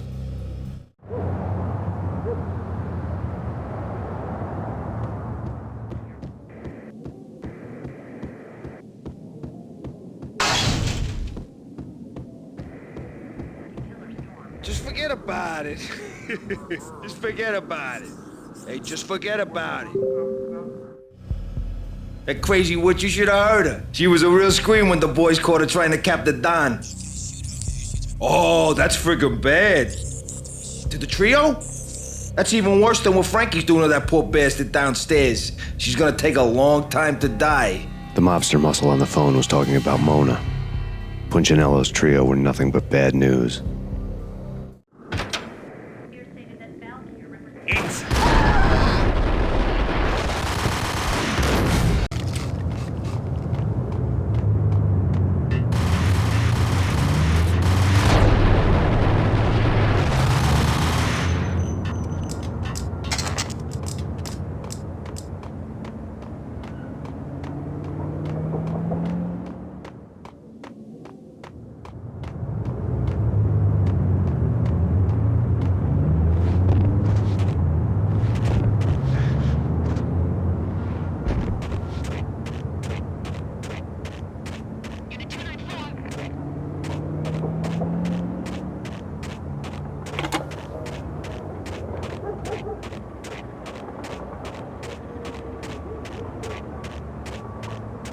Things were fast going from bad to worse.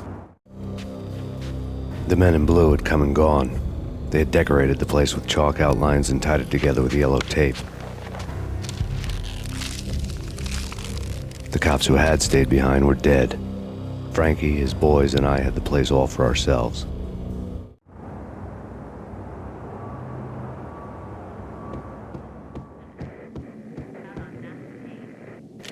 Just forget about it. Just forget about it. Hey, just forget about it. That crazy witch, you should have heard her. She was a real scream when the boys caught her trying to cap the Don. Oh, that's friggin' bad. To the trio? That's even worse than what Frankie's doing to that poor bastard downstairs. She's gonna take a long time to die. The mobster muscle on the phone was talking about Mona. Punchinello's trio were nothing but bad news. It's Payne!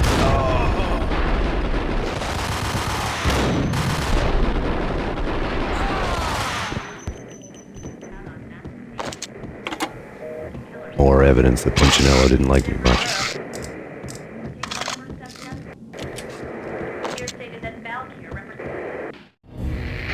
The fact remains that all the victims so far identified in the Ragnarok shooting have been known criminals, many of whom had large doses of V in their blood. Reliable sources say that Max Payne was also among those killed, although no body has been recovered at this time. Reliable sources. That meant somebody thought the Mafia had me, didn't want the cops snooping around anymore. The body would be delivered to them barely recognizable. Case closed. Don Punchinello had the power to be that reliable source, which was no news. But his news was old news. Framing me hadn't been enough. Don Punchinello had put a hit on me. He wanted me dead, and it had been important enough for him to give written instructions to Frankie about it. Max Payne should die like a dog for the trouble he's caused. Frankie, I know I can trust you to give this matter the dedication it needs.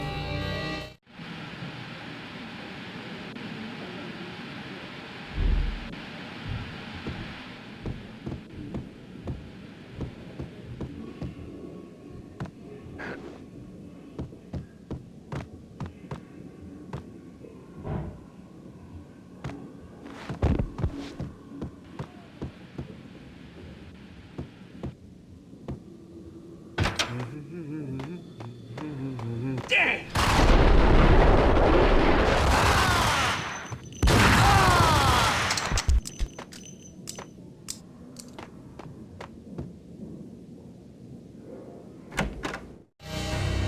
The hotel bar was fast developing quite a history. True to his words, Frankie was there, having a beer. Jesus Christ. How the hell did you get loose? Got bored waiting. Thought, what the hell, we could just as well finish this here.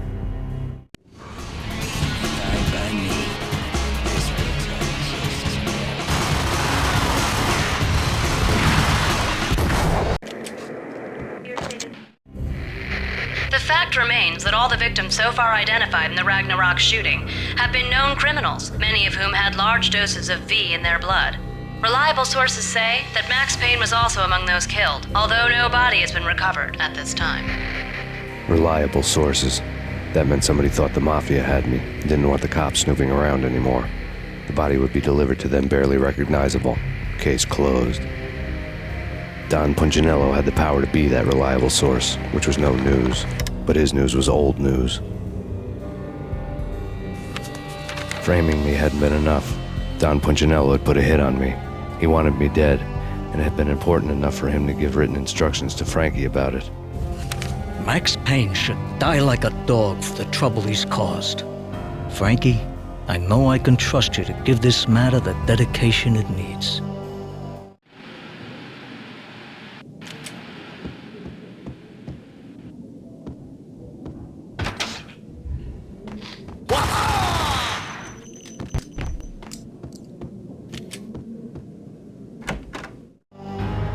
The hotel bar was fast developing quite a history. True to his words, Frankie was there, having a beer. Jesus Christ. How the hell did you get loose? Got bored waiting. Thought, what the hell, we could just as well finish this here.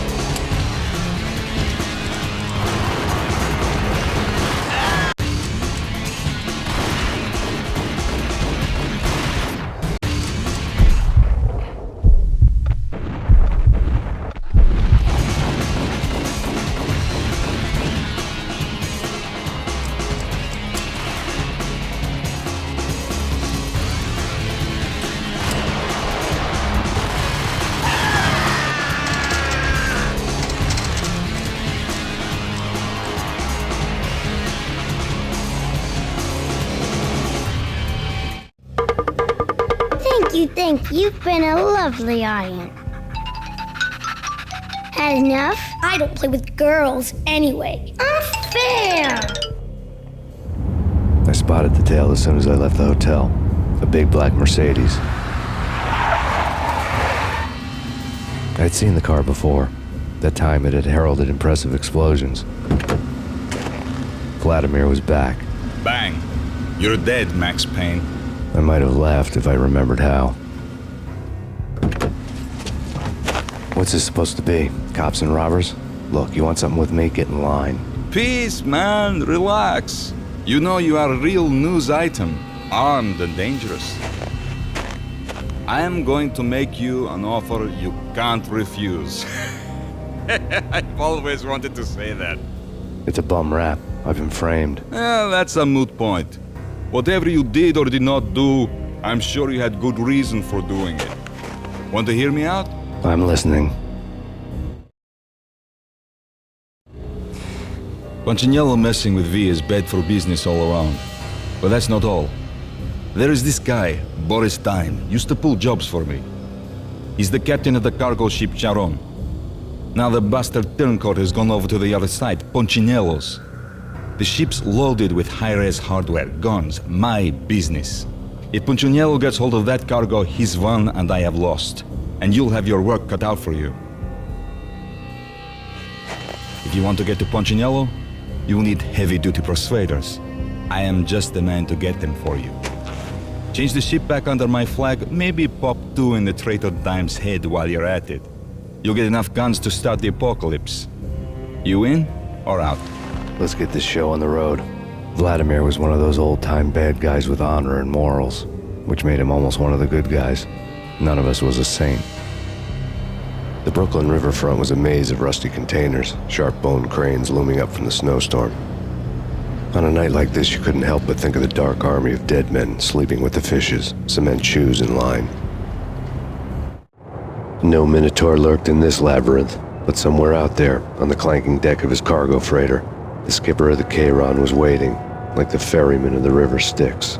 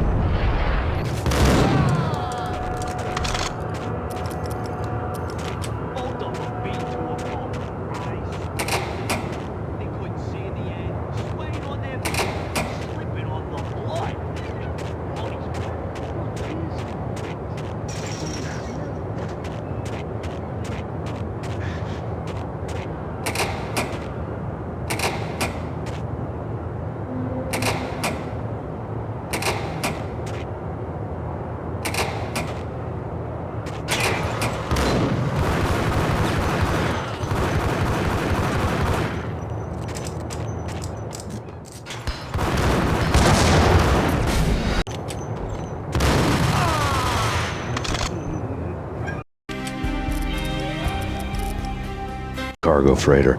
The skipper of the Cheiron was waiting, like the ferryman of the river Styx.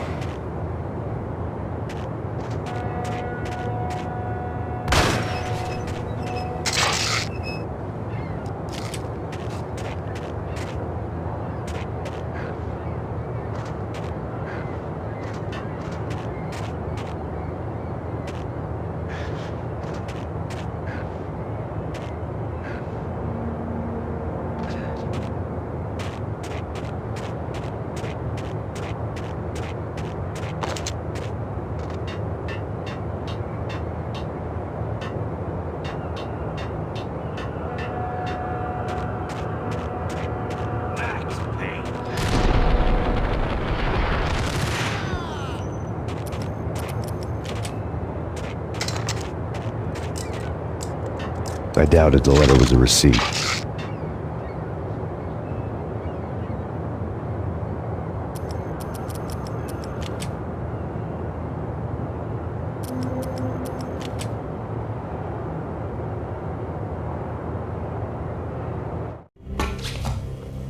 Rico Muerte had come to town to do more than just sort out family troubles. Exhibits number 1, 2, and 3.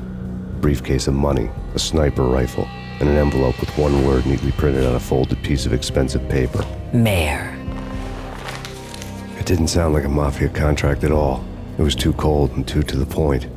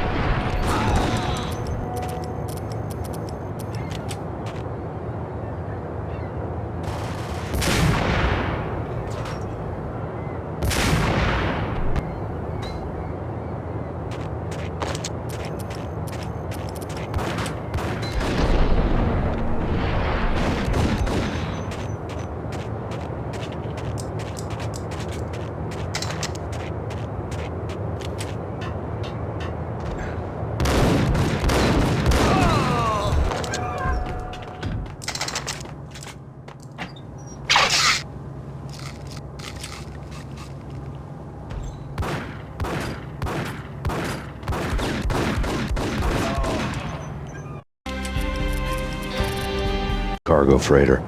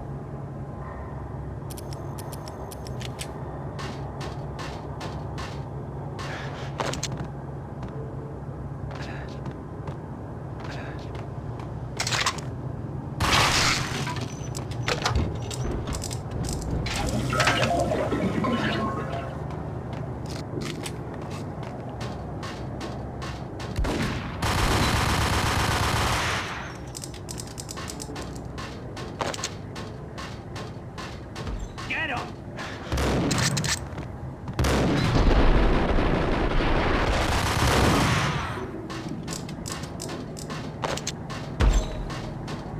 Right, found Boris Dime's ship.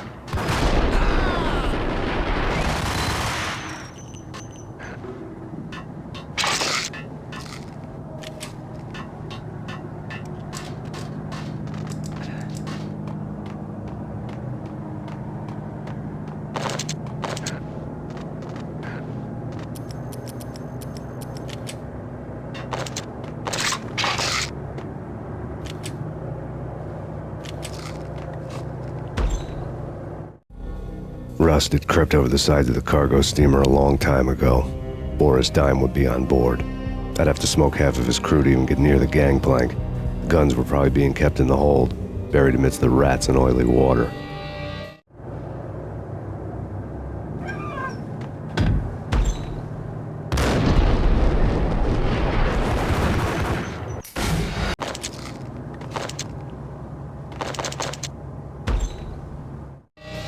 Rust had crept over the sides of the cargo. Rust had crept over the sides of the cargo steamer a long time ago. Boris Dime would be on board. I'd have to smoke half of his crew to even get near the gangplank. Guns were probably being kept in the hold, buried amidst the rats and oily water.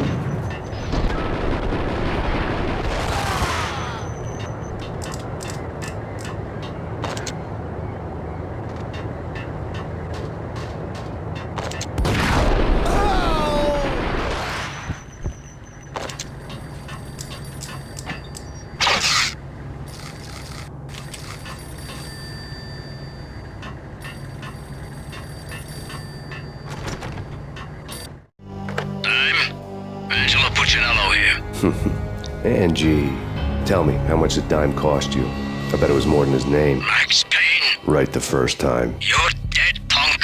You sure you're not confusing me with Boris here? But you are right, of course. Pretty soon we should get together and have a talk. You son of a... Pissing Punchinello off was a dangerous game, but when people get mad, they make mistakes. I should know. That's where I wanted Punchinello, mad enough to trip over his own feet, preferably into a grave.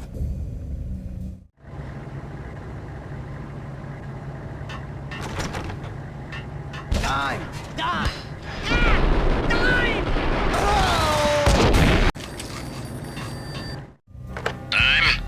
Angelo Puccinello here.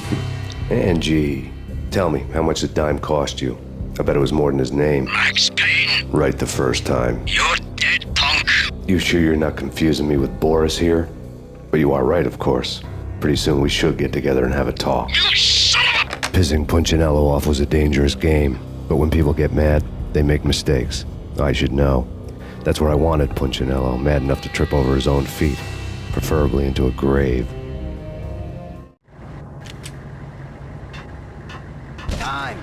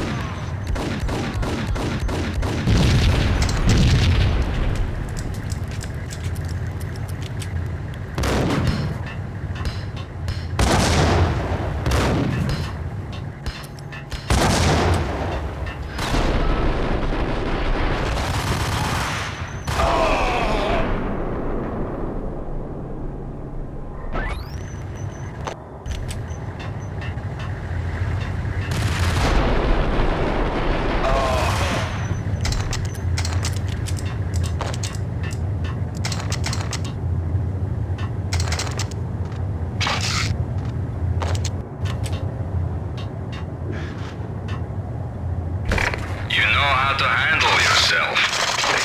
Anybody who says different is calling me a liar. Vladimir here. Collect all the guns and ammo you want. Meet me on the bridge afterwards.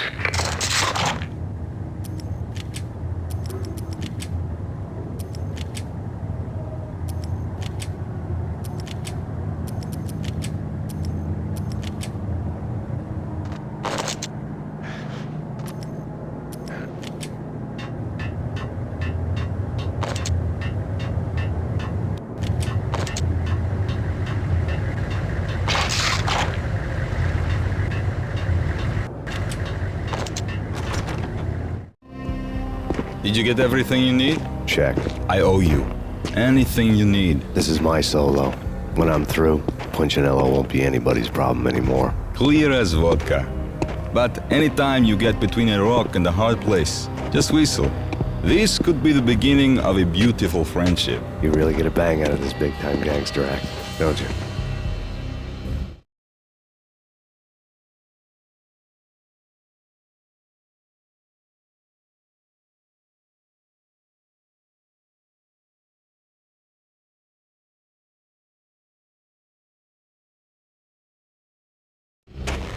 Even with all this firepower, I figured I couldn't get to Punchinello at his manor.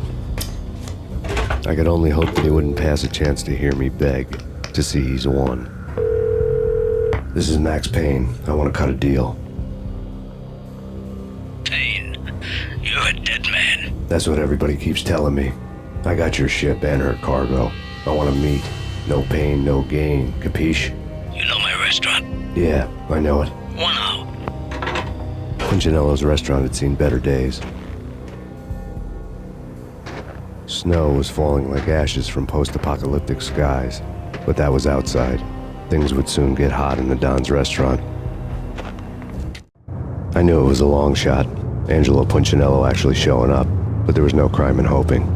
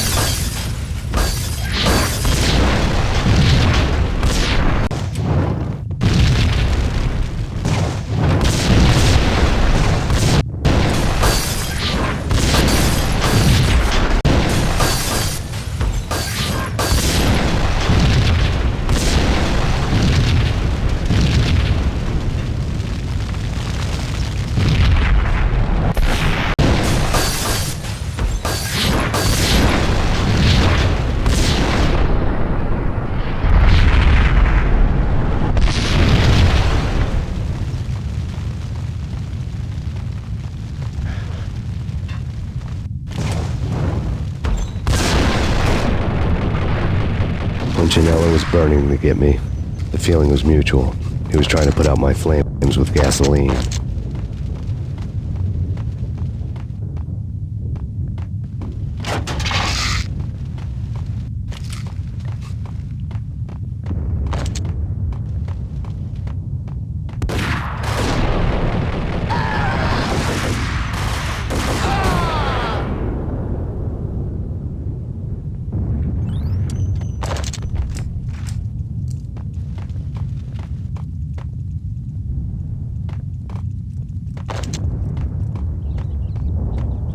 The mobsters have been guarding a real treasure. The way out of this disco inferno. There he is!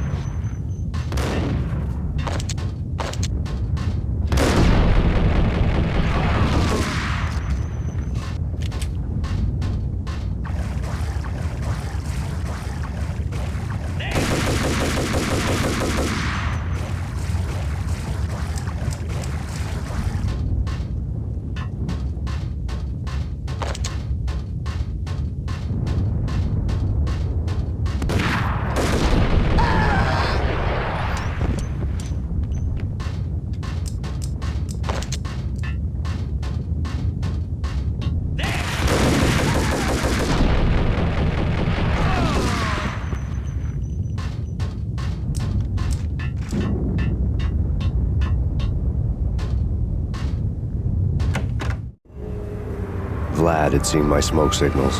The Mercedes was revving to go, almost drowning out the banshee wail of the sirens. You coming? We'll drop you off at the Punchinello Manor. Sounds good to me. When this is over, look me up. I could use a professional like you. I'll keep that in mind.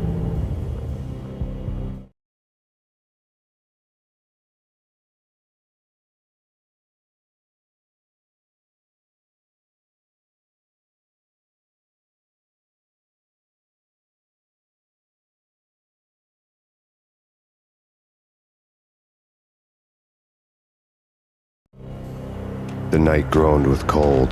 The garden lights flickered nervously. In their light, the falling snow was dead white before the darkness ate it up. I had heard the stories. The trio were mad dogs. They'd have hung the heads of their enemies over the manor gates if the capo had only let them. Punchinello wanted Payne. He'd see the pain.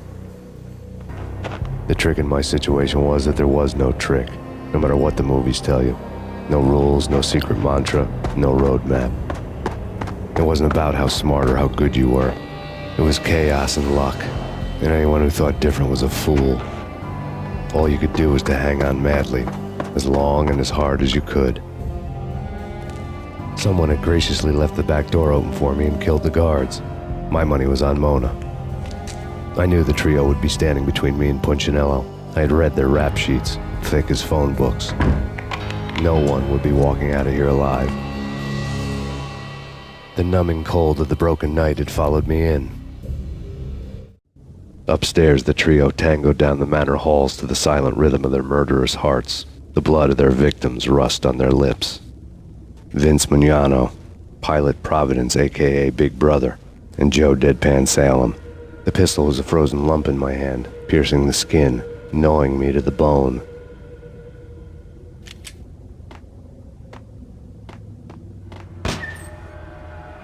In death, the thug had been promoted. Someone hadn't enjoyed the Don's hospitality. Someone with a flair for the dramatic. Someone who had let herself out of a locked cell and past a couple of armed guards. My thoughts were on Mona again. I could only hope she was a good enough gambler to walk away while she was still winning, before she'd run into the trio. Messenger.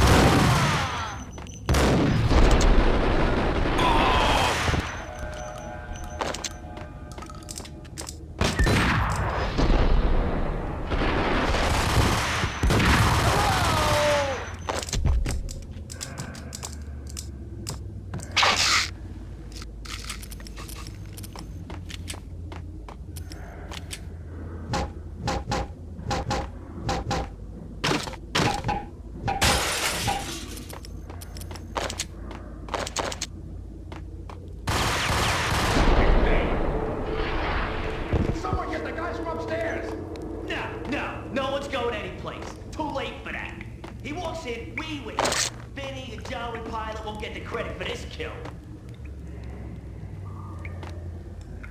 Hold it!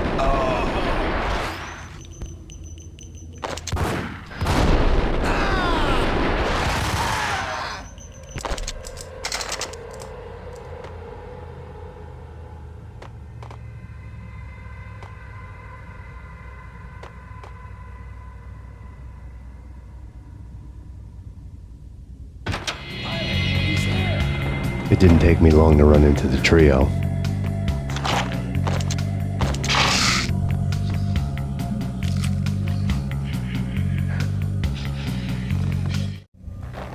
The word on Lisa Punchinello was that she was a bit of a witch. The tarot cards on the kitchen table fit the picture. They weren't my kind of cards, but I was willing to take a crack at the hand Mrs. Punchinello had dealt. The first card was the tower. Maybe that was supposed to be the manor. It got easy after that. The devil was the master of the house, and death was me, coming for him.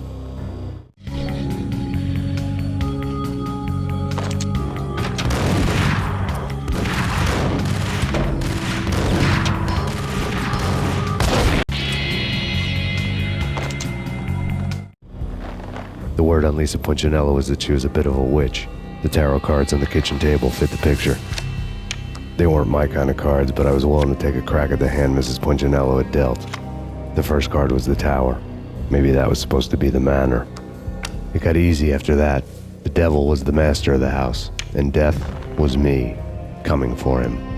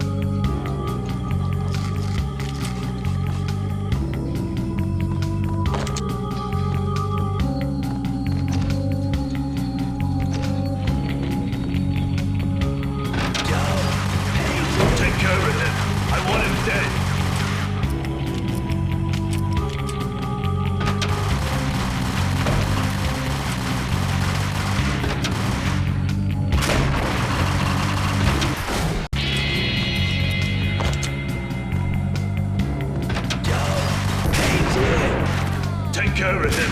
I want him dead.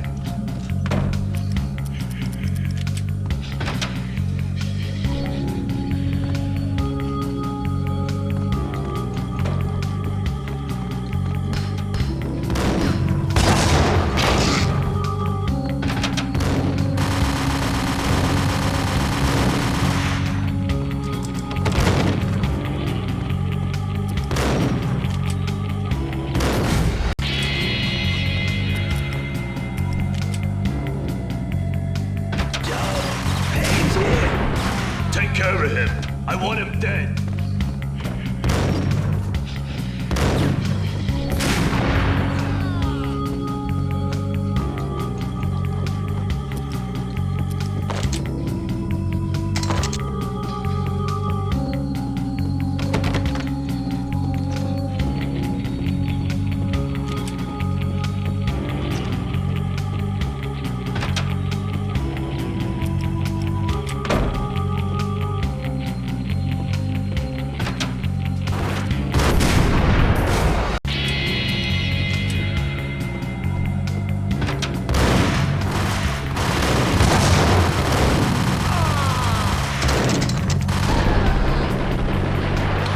Two down, one to go.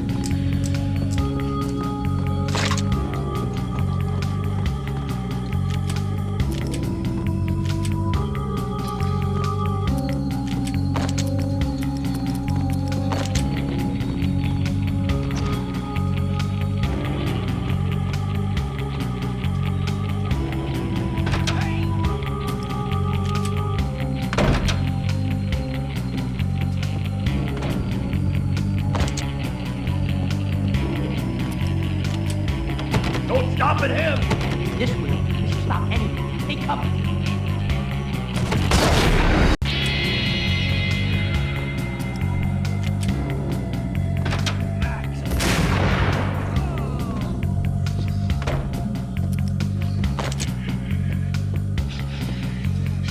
Don't stop at him! This will stop anything. Take cover.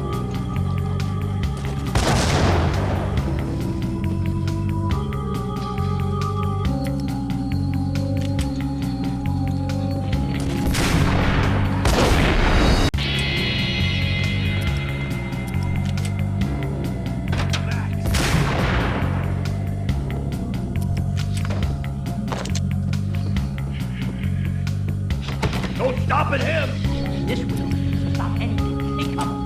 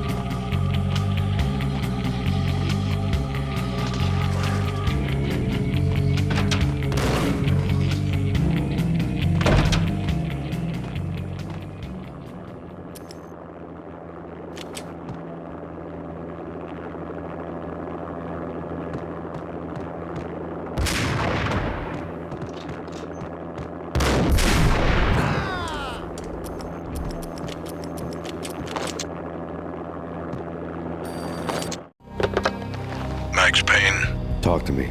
Alfred Woden. You've got company. An armed helicopter just landed on the manor grounds. You must hurry. The more the merrier.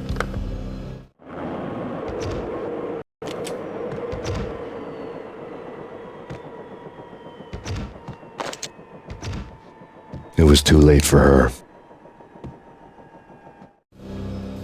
You're a real angel, Max. I couldn't tell whether it was Mona or her sister. The body was a mess. The sick bastard had really gotten a kick out of it. Seeing her lying there got me thinking about another woman's body on another bed. Got me thinking about a fallen cradle.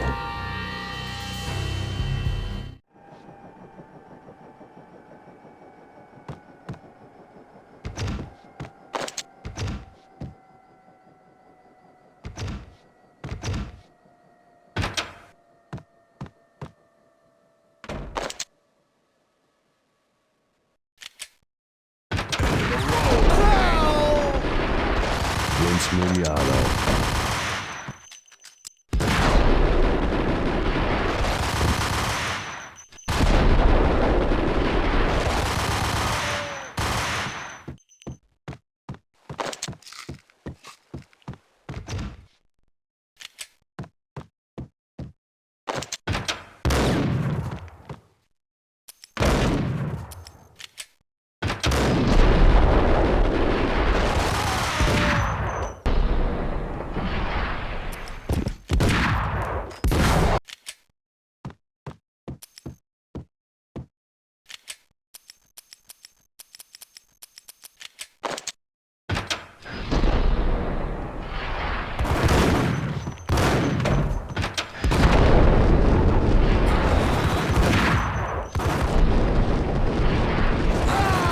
Punchinello's trio was done for.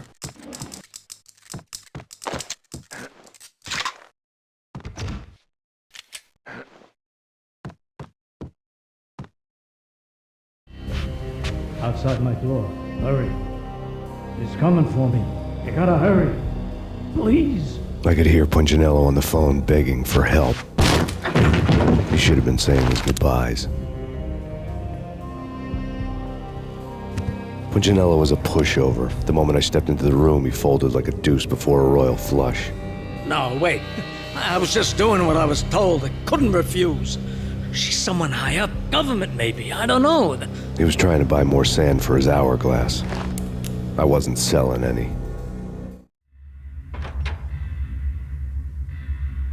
No, I told him not to.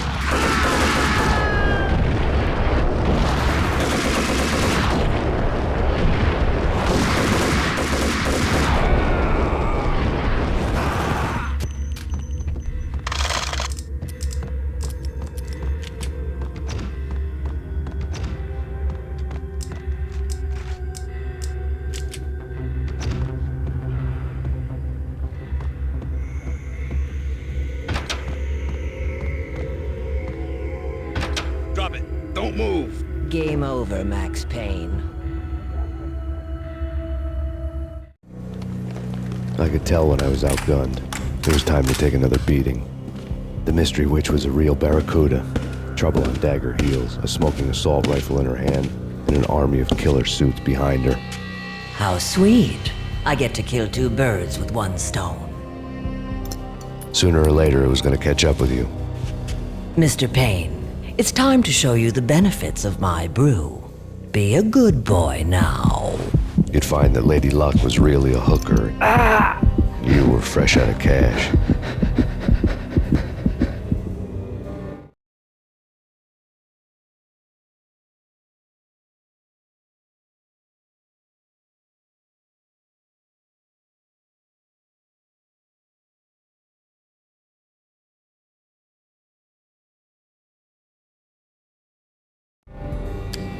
Gentlemen, we're done here. Take me to Cold Steel.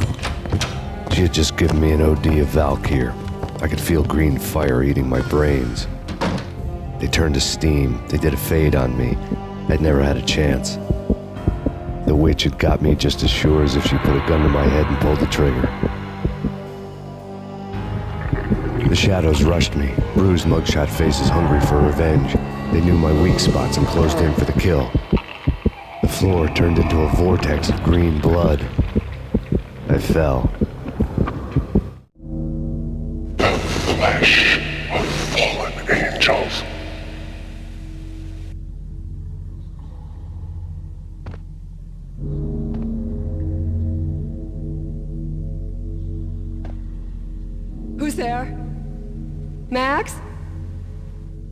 Max, is that you? Max? Where are you, Max? Please. No, please, Max, no. I'm sorry. Please don't, Max, no. Please. Max? Where are you, Max? Please. The letter was staring at me.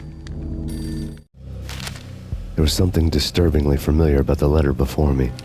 The handwriting was all pretty curves. You're in a graphic novel. The truth split my skull open, a glaring green light washing the lies away. All of my past was just fragmented still shots, words hanging in the air like balloons. I was in a graphic novel, funny as hell. It was the most horrible thing I could think of.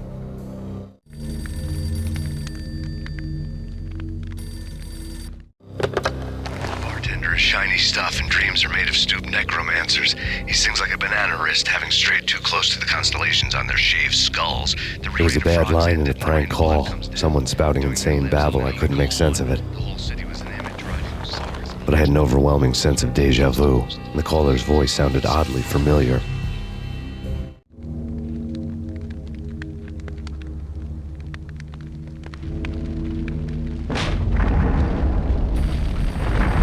The weird piece of paper looked dangerous.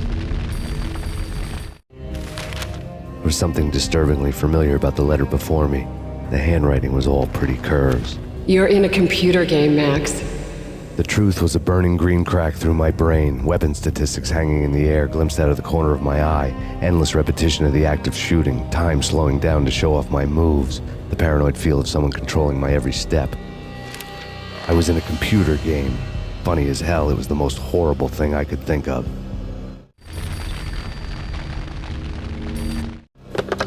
Don't lose it. It's Valk here. The drug. Snap out of it. Try to remember. It was a bad line in a prank call, someone spouting insane babble. I couldn't make sense of it.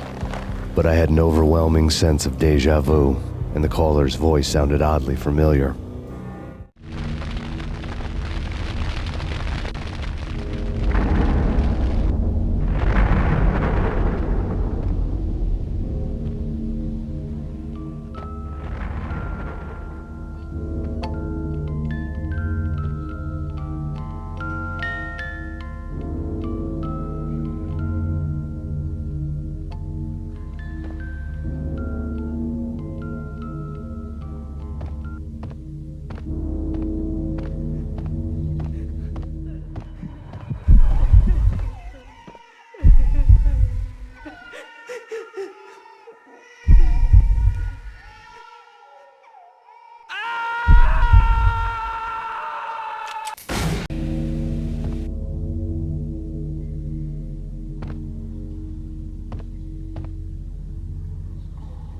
Who's there? Max? Max, is that you? Max? Where are you, Max? Please.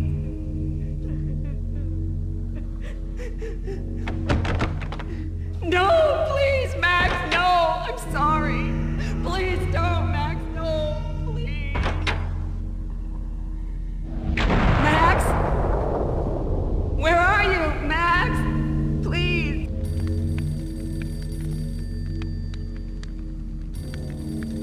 The letter was staring at me. There was something disturbingly familiar about the letter before me. The handwriting was all pretty curves. You're in a graphic novel. The truth split my skull open, a glaring green light washing the lies away. All of my past was just fragmented still shots, words hanging in the air like balloons. I was in a graphic novel, funny as hell. It was the most horrible thing I could think of.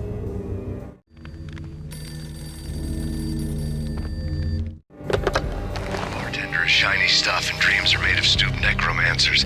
He sings like a banana wrist, having strayed too close to the constellations on their shaved skulls. There was a bad line in a prank call, someone spouting insane babble. I couldn't make sense of it. But I had an overwhelming sense of deja vu, and the caller's voice sounded oddly familiar.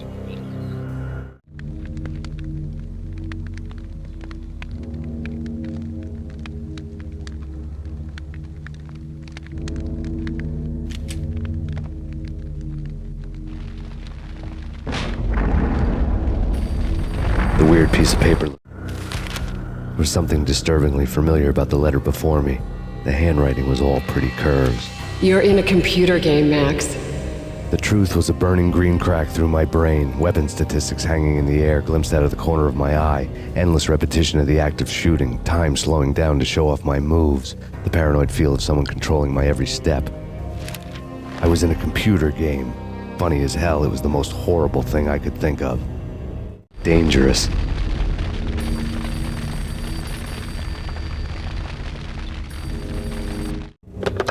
Don't lose it. It's Valk here. The drug. Snap out of it. Try to remember. It was a bad line in a prank call, someone spouting insane babble. I couldn't make sense of it. But I had an overwhelming sense of déjà vu, and the caller's voice sounded oddly familiar.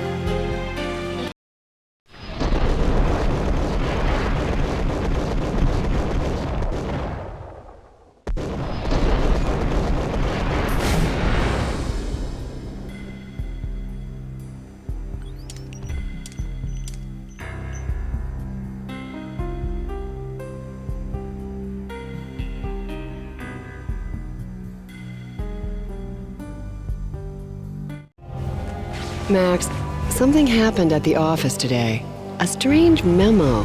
Something about Vikings. Honey, I gotta run. You can tell me all about it this evening. Have a nice day, darling. The bullet holes were rubies on her chest, blood glowing on her ivory skin. She was so beautiful. The killer was smiling. The flesh of fallen angels.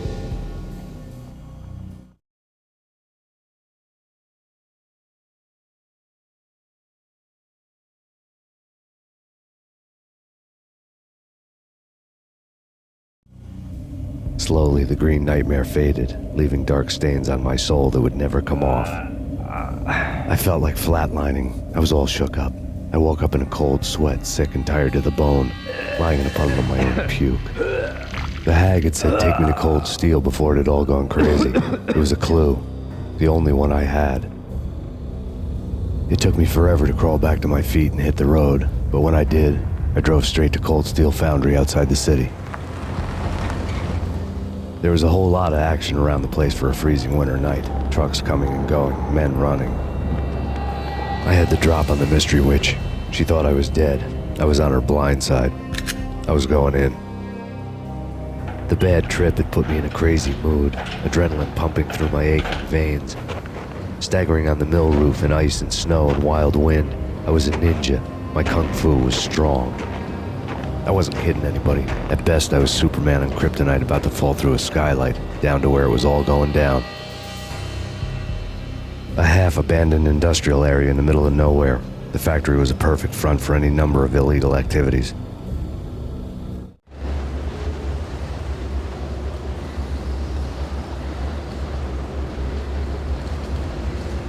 In the belly of the plant, molten metal boiled and bubbled like a witch's brew.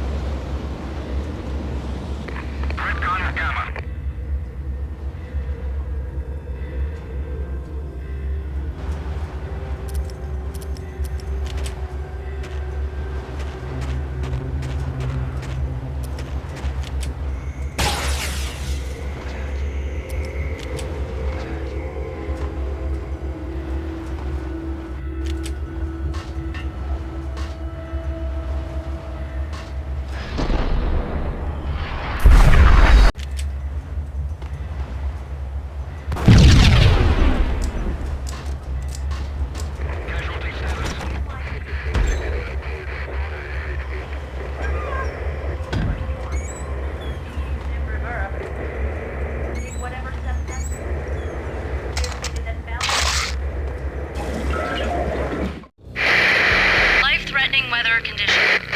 A record-breaking killer storm. In the city's history, vehicles stuck in snow. Heavy snowfall. Forecast shows severe weather is expected to continue. Out in the night, snow fell like confetti over the Devil's Parade. The storm was anything but over.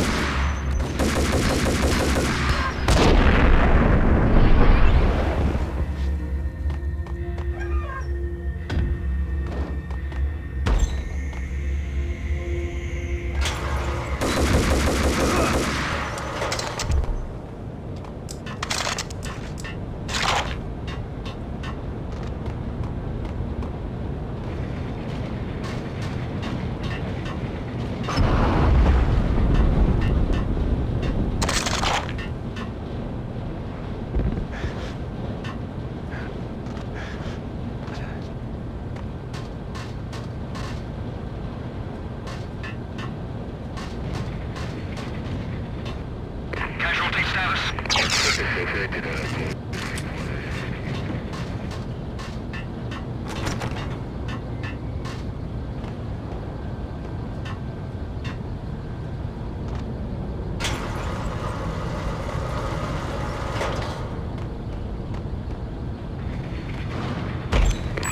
Alert!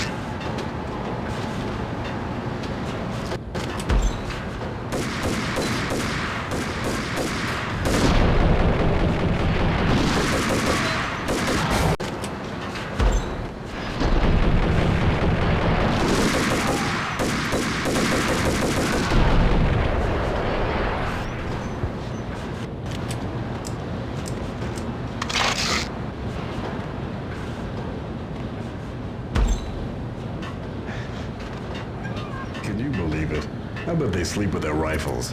I bet they've given them names. I get... Yo!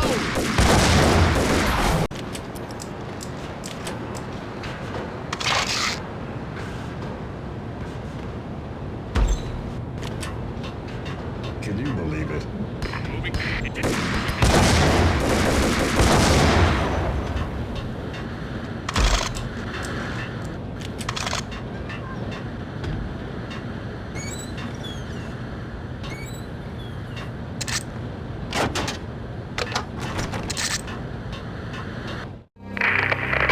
Perimeter breached. The facility has been compromised. Repeat, the Deep Six has has been compromised. Initiate Operation Deadeye. The walkie-talkie military lingo could mean only one thing. They were getting ready to destroy the evidence and vanish into the night. I was so close. The hidden truths were just around the corner.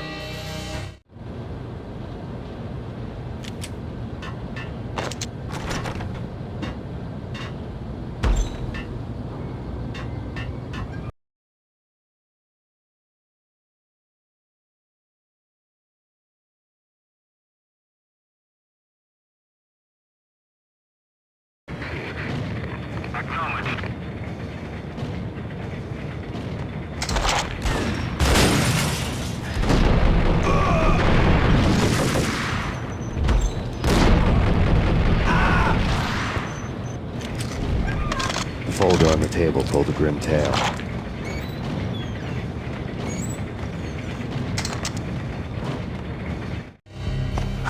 The mercenaries were running a tight operation, paperwork and all. Merchandise missing again. A chemist had tried to smuggle it out for his own private party.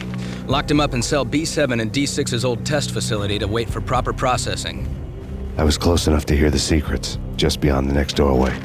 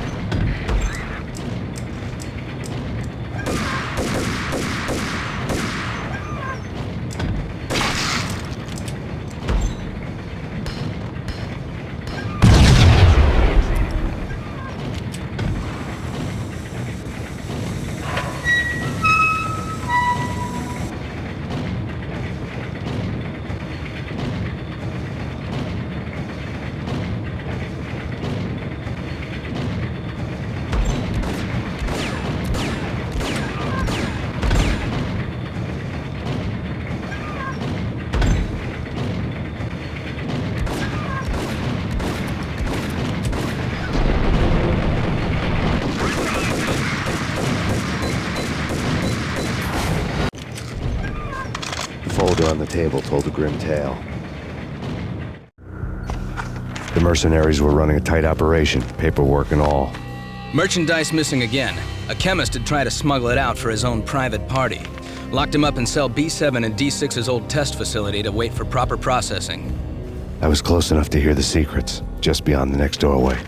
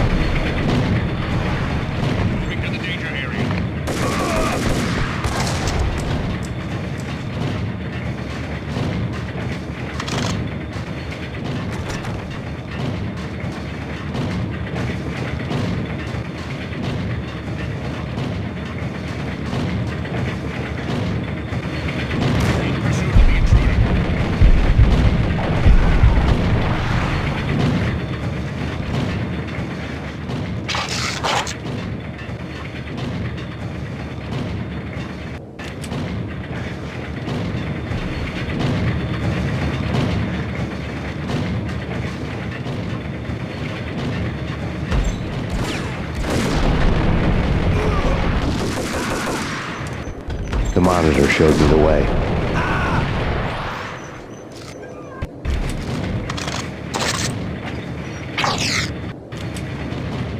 Processing diagrams filled the control room screens, all but one. An elevator titled D6 on one of the screens, somewhere onwards, past rows of ovens, in the core of the plant.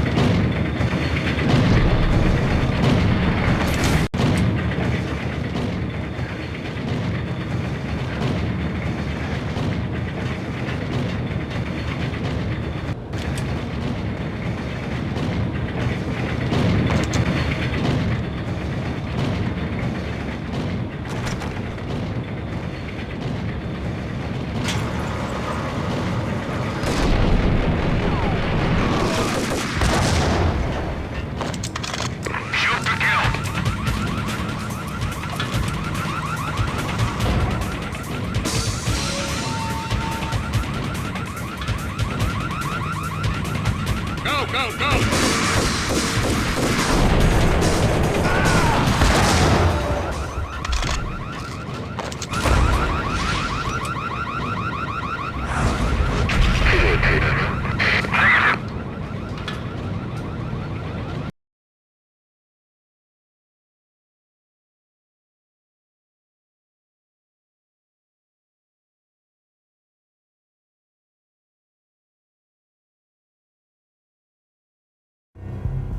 I had taken on the role of the mythic detective, Bogart as Marlowe or as Sam Spade going after the Maltese Falcon to unravel all the mysteries. Following a path of clues to that final revelation, even if it would take me down to the cold, cavernous depths of a grave. You can't do this! My men are still inside! Do you have any idea why this is called Operation Dead Eyes?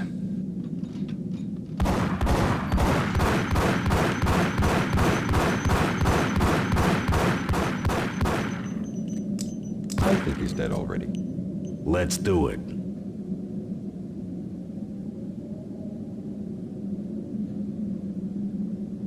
Attention all personnel. The self-destruction sequence has been initiated. Evacuate the complex immediately. Repeat, the self-destruction sequence has been initiated. Proceed to the nearest exit immediately.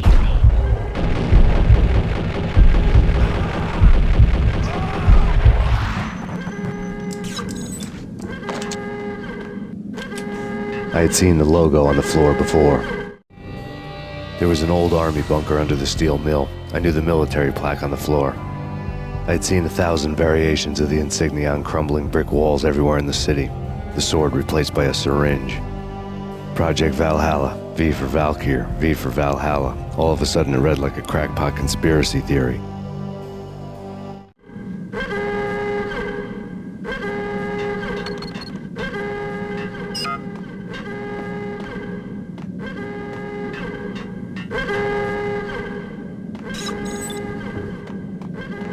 Abort! The self-destruction sequence has been initiated! Go, go, go! Into the danger area!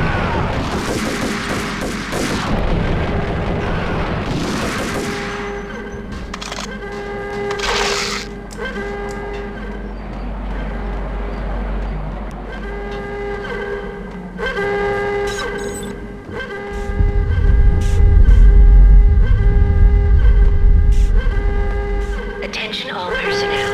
The self-destruction sequence has been initiated. Proceed to the nearest exit immediately.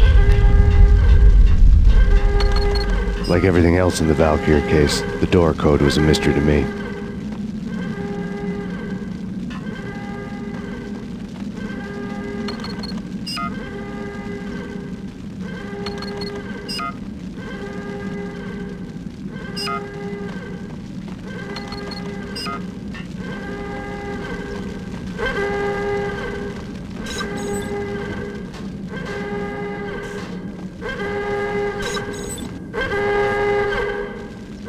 Decontamination in progress. The chemist had been using the workstation when he died.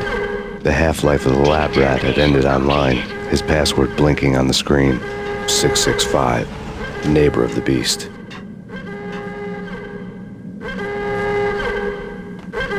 Decontamination in progress. Attention all personnel. The self-destruction sequence has been initiated. Completed. Proceed to the nearest exit immediately.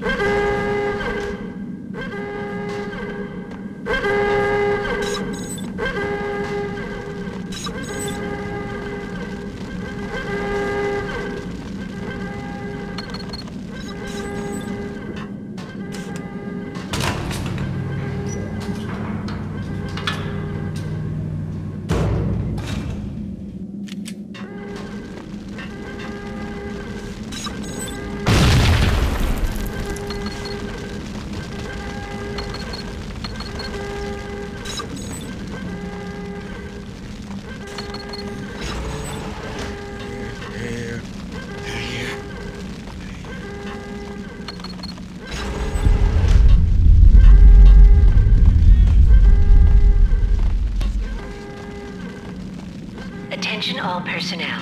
The self-destruction sequence has been initiated. Proceed to the nearest exit immediately. thought I was gonna die in there for sure. I need you to get me through the decontamination chamber airlock. You're crazy! No way! The place is blowing up, for Christ's sakes! Either that or back to the cell. Your choice. Okay, I'll do it. I'll do it.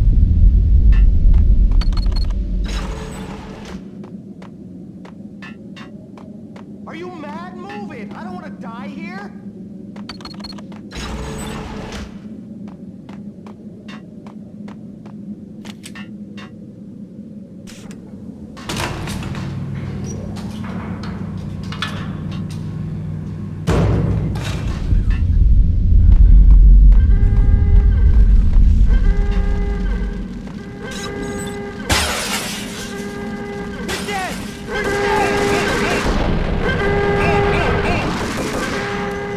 Attention all personnel. The self-destruction sequence has been initiated.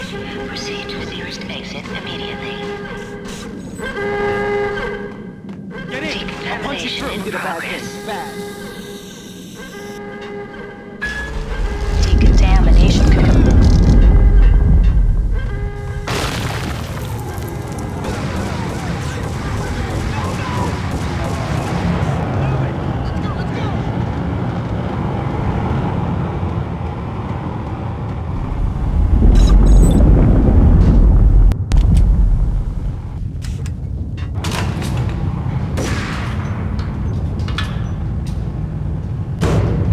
I was caught in the middle of the deadly web that was the Valkyr case.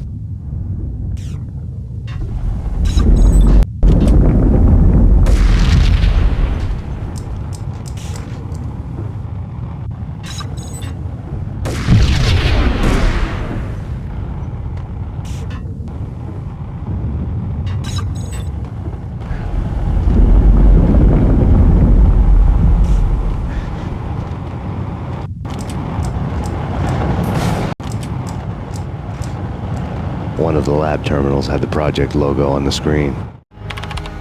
Top secret. Project Valhalla. U.S. Army. Yggdrasil Network.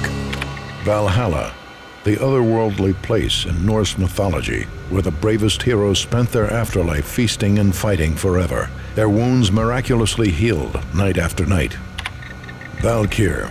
The maidens who chose the most courageous Viking warriors and carried them to Valhalla. 1991. The research objective is to create a chemical substance to enhance the stamina and morale of infantry troops. 1995. Results unsatisfactory. Project cancelled. Someone had decided to continue the sick experiment unauthorized. Project compromised. Data leak. Fix the damage by any means necessary. Security clearance red. Authorized by the project lead. Field test. Double the dosage for all the remaining test subjects. Observe and record the subject's behavior in an urban setting. The drop-off point was my old address in New Jersey. The file dated 3 years ago. Just when you thought you had reached the deepest depths of horror, it suddenly got worse. How to turn off that small voice inside your head that started to whisper that you should be glad that now, if not before, your revenge was justifiable on any conceivable moral scale. That small voice proved, beyond any doubt, that I was damned. The dagger-heeled woman had come and gone a long time ago. There was nothing more for me here. The bunker's name was acting as a self-fulfilling prophecy.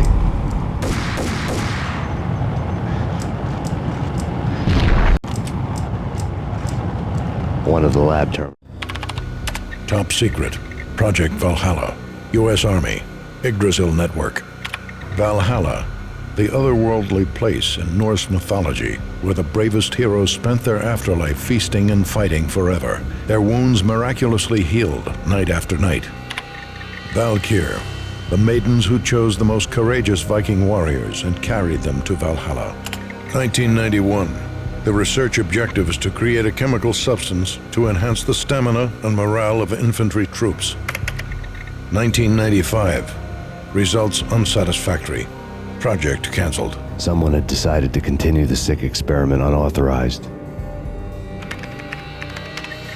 Project compromised. Data leak. Fix the damage by any means necessary. Security clearance red. Authorized by the project lead. Field test. Double the dosage for all the remaining test subjects. Observe and record the subject's behavior in an urban setting. The drop-off point was my old address in New Jersey. The file dated 3 years ago. Just when you thought you had reached the deepest depths of horror, it suddenly got worse. How to turn off that small voice inside your head that started to whisper that you should be glad that now, if not before, your revenge was justifiable on any conceivable moral scale. That small voice proved, beyond any doubt, that I was damned.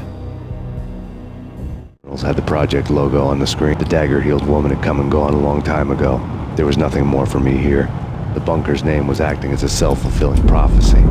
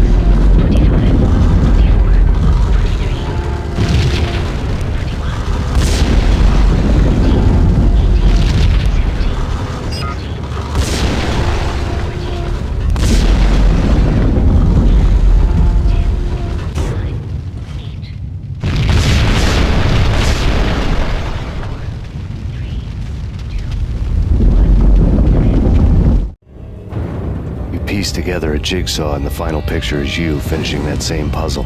A mad, green-eyed killer standing behind you. An urban legend come true. The Project Valhalla test subjects had been the mad junkies who had murdered my loved ones. The rest was simple body count math. It all pointed to her. Ms. Valkyr. The factory went up in a fiery inferno behind me. All my leads were dead, turned to smoke and dust. I had lost my way. I hadn't slept in a million years.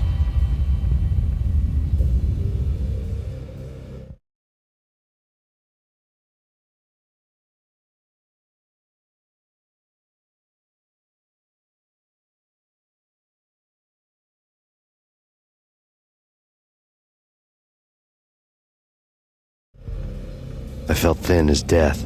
I've been living on an endless supply of week-old donuts. They were fuel for this crazy furnace inside my head. I couldn't remember when I had last seen the sun. I was on a permanent graveyard shift. When the darkness fell, New York City became something else, any old Sinatra song notwithstanding. Bad things happened in the night, on the streets of that other city, Noir York City. I was in an all-night diner, downing cup after cup of coffee that tasted like engine oil, when a new message from BB got me back on the killer track. What the hell happened at Roscoe Street? Maxie, I'm going out on a limb here. We need to talk this through, come up with a plan. 2:30 a.m., the Choir Communications Garage. The more I thought about Alex's murder and the frame-up, the more it felt like an inside job. I should have seen it coming. BB had sold me out, and now he wanted to finish what he'd started. The garage was dead. BB showed up in his tailor-made suit, gold watch, and cufflinks to match, all way beyond a cop's pay. Maxie. Oozing suave charm, he was guilty as hell. What the hell does BB stand for anyway? Backstabbing bastard? Come on, don't be like that. Have a cigar. I don't smoke. Maxie, you have no idea how big this is. It's huge. You have no idea. I think I do. You're a bribe-taking bent cop who sold out his partner. Those mobsters in the subway were a dead giveaway. Hard to miss. Bet it was exactly like this with Alex. Up close and personal. You can't win this one, Max. No, but I can make damn sure none of you do either. BB turned out to be another cardboard cutout bad guy.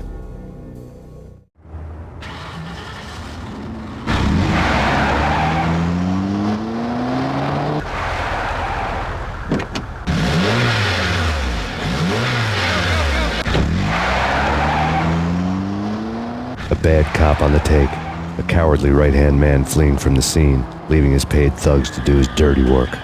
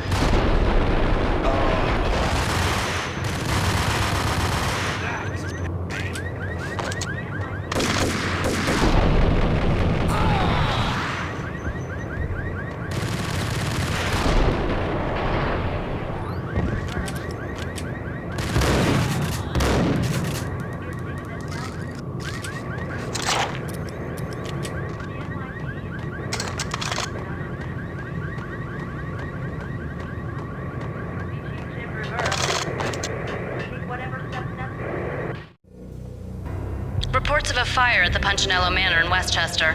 The manor is the home of Angelo Punchinello, the alleged head of the Punchinello crime family. The police are now saying, contrary to their earlier statements, that Max Payne is still alive and at large. He continues his vendetta against the Mafia, of which this last act of arson is attributed to. I had no recollection of setting any fires, but I did remember the flames.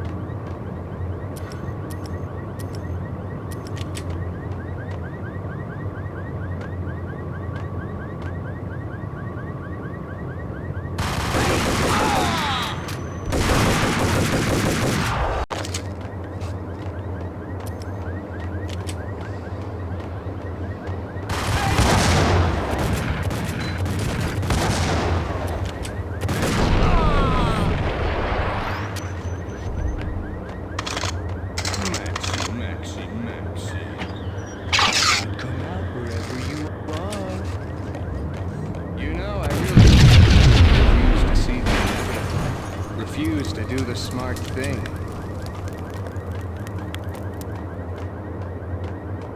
No, I must do the right thing.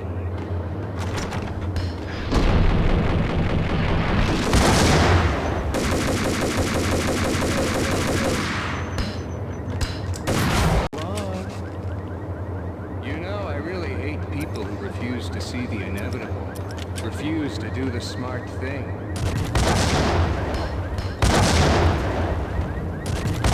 No, I must do the right thing. You know, I really hate people who refuse to see the inevitable, refuse to do the smart thing.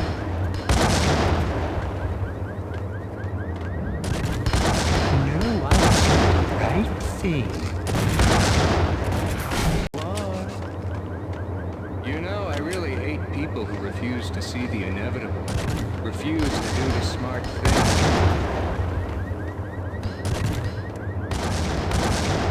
No, I must do the right thing.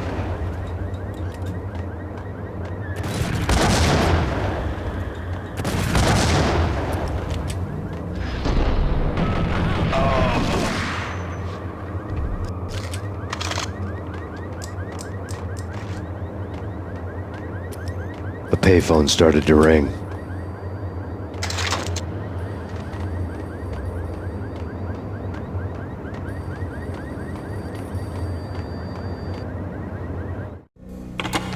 Yeah. Max Payne? Whatever does it for you. This is Alfred Woden. I can give you the name of your enemy. Come to the Asgard building presently. We are expecting you.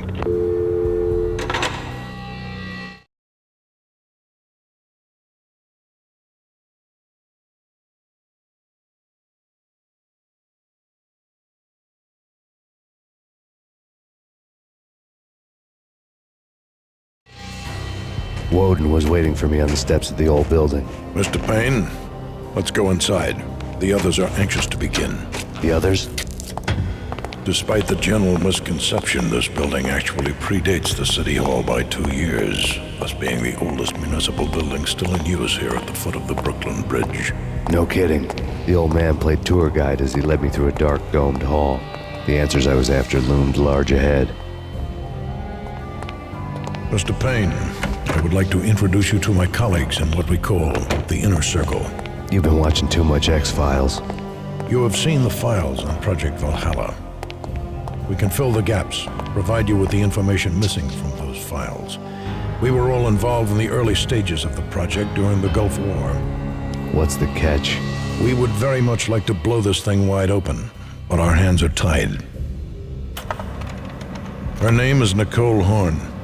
She was the key figure in Project Valhalla. When the funding was discontinued, she simply refused to quit. She knew exactly what she had in her hands. Nicole Horn is the president of Acer Corporation. She has more than half the city in her pocket. This must be kept under wraps.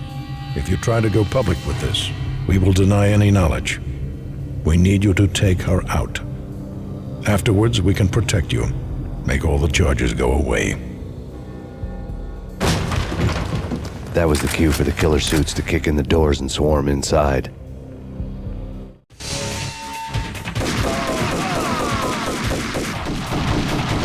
It was an impressive floor show, but I decided to leave early anyway.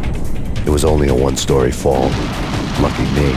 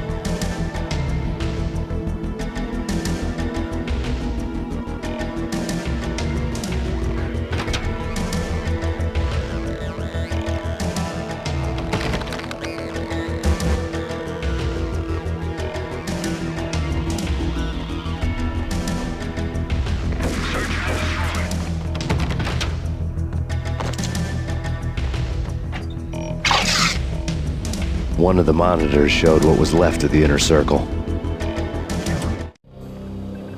On screen, the so-called corpse of Alfred Woden stood up, miraculously waking from his dirt nap, looking smug among his dead pals. In the land of the blind, the one-eyed man is king. I didn't know how he'd pulled it off, but it was a pretty slick way to get out of all his promises. Most of what he had said fit too well to be a load of crap.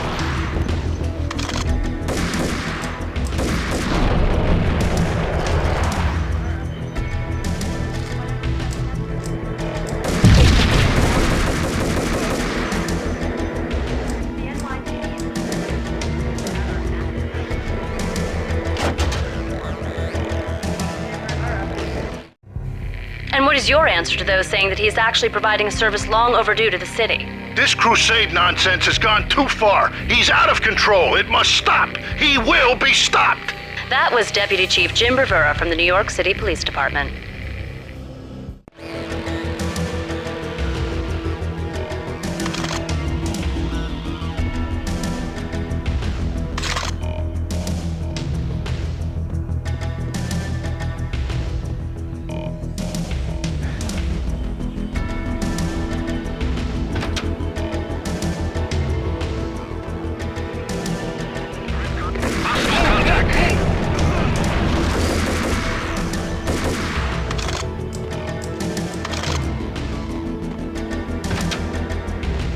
A videotape lay on the desk.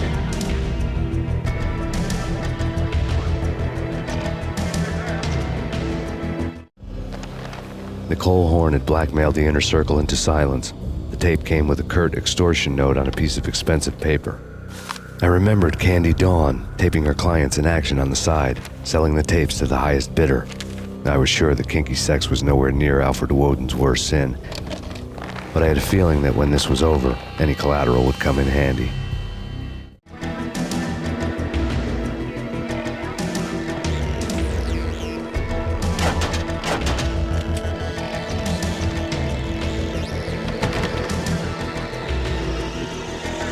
Woden had left me a present. Nothing seems to stop Acer Corporation's phenomenal victory march. Incredibly, the stocks are still rocketing. Worried experts already see a danger in the company's success. Some have gone as far as to say that Acer Corporation is about to become an even bigger monopoly than Microsoft ever was.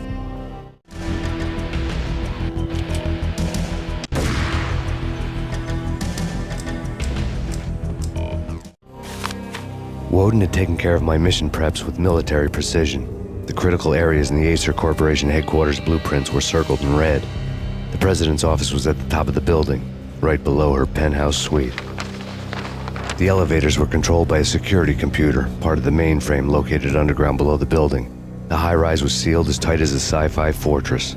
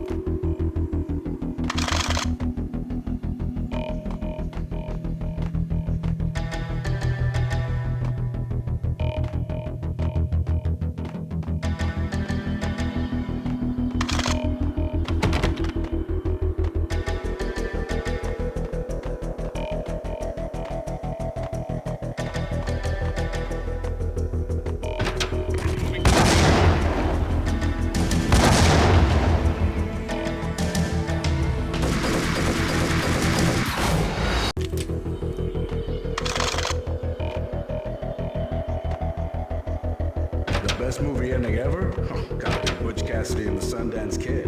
A hero's end, going out with guns blazing. Never heard of it. No? Okay, here's stuff. The Usual Suspects, where Spacey walks out of the police station and suddenly loses his limb.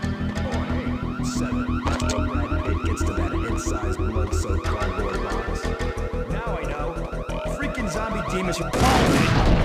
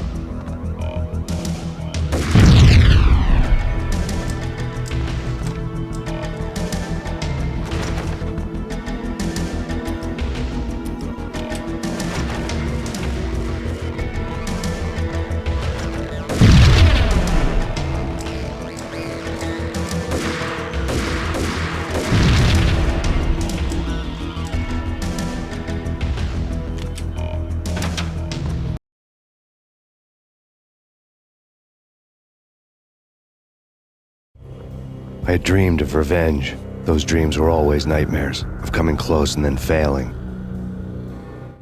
Now I was close. I had a name to guide me, Nicole Horn. I had nothing to lose.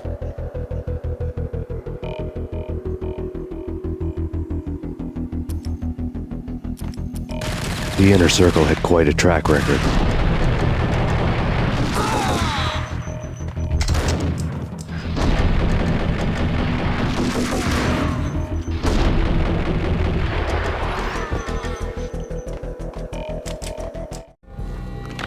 Project Valhalla had not been the only thing the Inner Circle had been involved in. There were rows of cabinets full of files. The Serpentine Secret Society went back a long way, always pulling strings from the shadows. I couldn't say I was sorry. Woden's move in some Byzantine power game had cut the Circle's membership roster to 1. The old man wanted me on cleanup duty. It was my mess, too.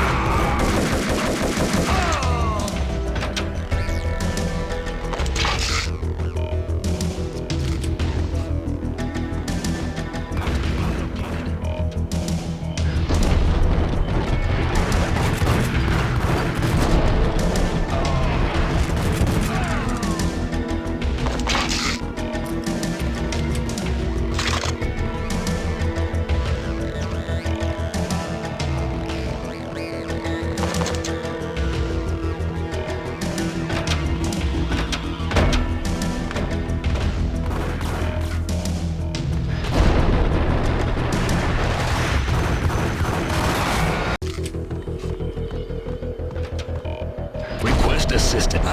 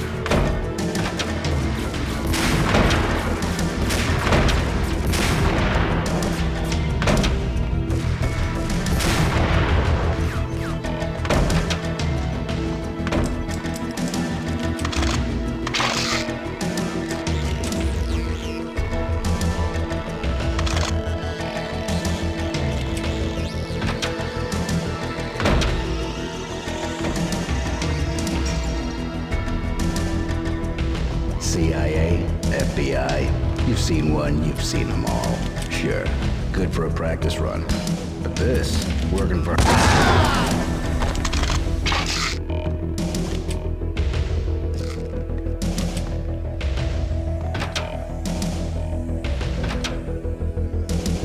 Take him down. Shoot to kill. Let's finish this.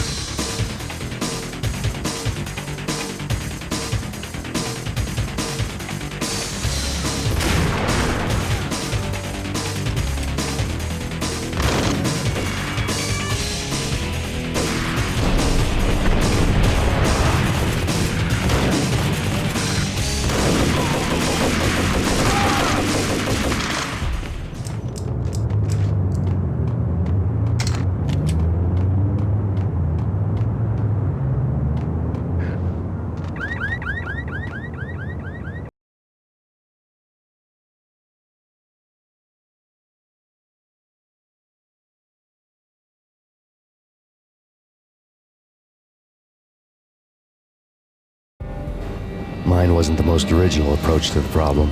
It wasn't as if it hadn't all been done before. An eye for an eye, the first principle of revenge. Old as dirt, still going strong. The cardinal rule in going after someone with an intention to kill was not to make it personal, which it almost always ended up being anyway. It did with me. I took my time, cruising around the city in the snow. There was no hurry. I knew what I had to do now. I took my time, thinking about it, building up the rage. When I was ready, I parked the stolen wheels at the front entrance of the Acer Corporation headquarters. Got out, got in, got cracking. I had a bullet with Nicole Horn's name on it. I had 10,000 bullets with the hag's name on them. She had ultra-high-tech security systems, enough mercenaries and weaponry to start World War III. There was no fear. New York disappeared behind a veil of snow.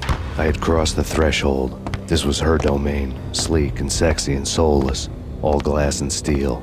A place of color-coded security keycards, metal detectors, and surveillance systems.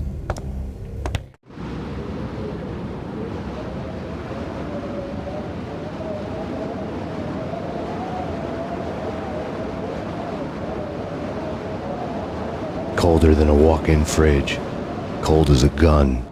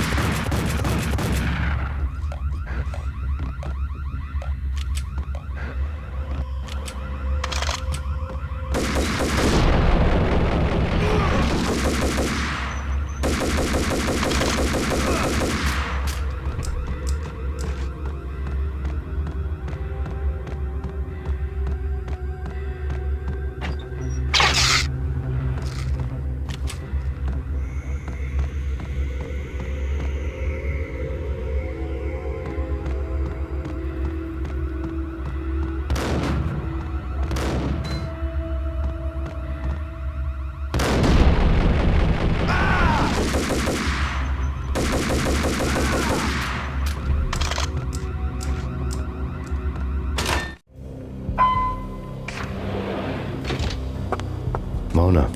Looking good. Max, we gotta stop meeting like this. It will be a cold day in hell before I let a narc cop stop me. Miss Sachs, do your job. Relax, Max. You're a nice guy. I don't kill nice guys. You're not bad yourself. It was different when Horn wanted Punchinello dead. To cut her ties to the Mafia, he deserved to die. The same goes with her. She's the bad guy here. Her sister was whispering to her in my favor. I knew the appetites of ghosts intimately. They hungered for revenge. No! A gunshot boomed and she fell down in slow motion. She was a nice girl, not really a stone-cold killer. And now she was stone-cold dead. Like religious fanatics or loyal samurai, Horn's private army was coming at me. I have him.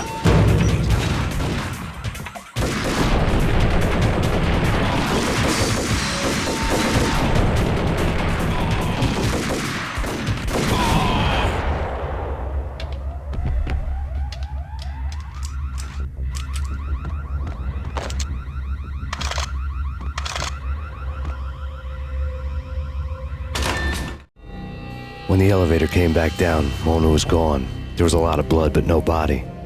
Something clicked for the final time. My mind had never been so clear, as if somewhere high above the storm clouds were already gone, cold stars blazing from the black skies.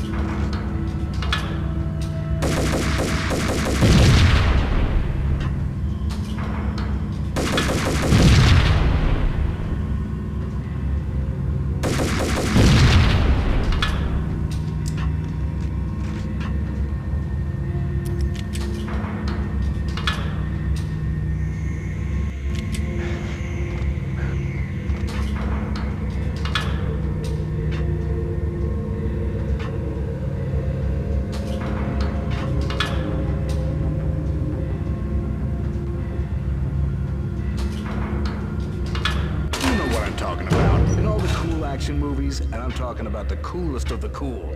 It always seems like time slows down in the middle of the action. You know, you can see the bullets flying through the air.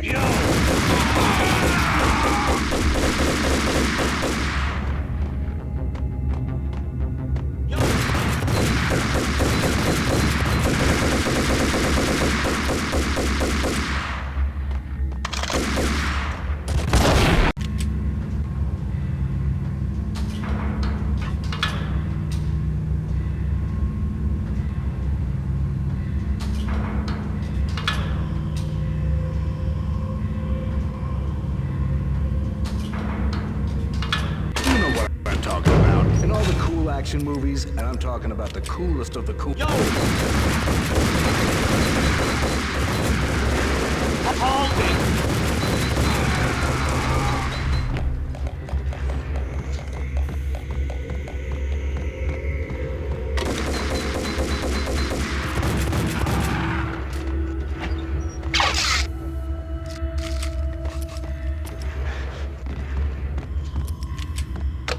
I had elevator access to the mainframe. From there, I'd be able to override the security locks and get to her office.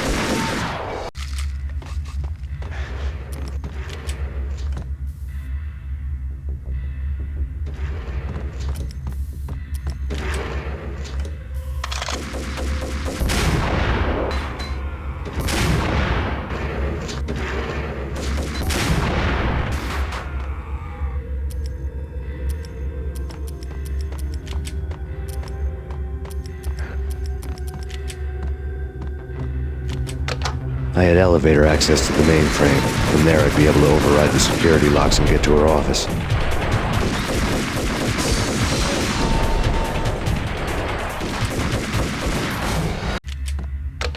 I had elevator access to the mainframe. From there, I'd be able... I had elevator access to the mainframe. From there, I'd be able to override the security locks and get... I had elevator access to the mainframe. From there, I'd be able to override the security locks and get to her office.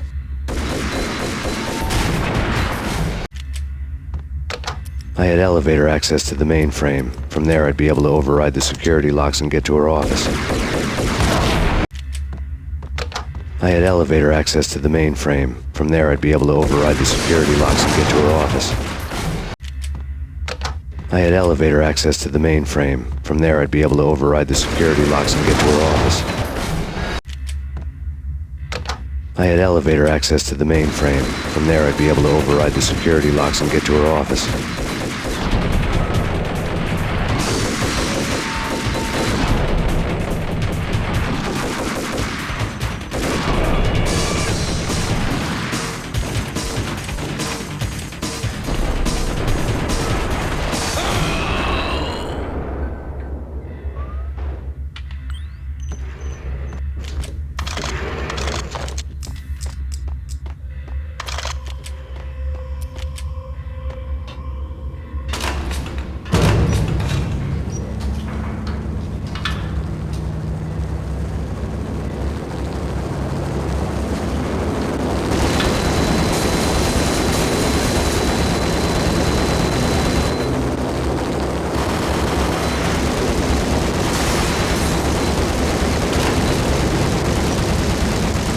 The unmarked chopper was Horn's pet guardian, inhuman and flawless. It was stalking me.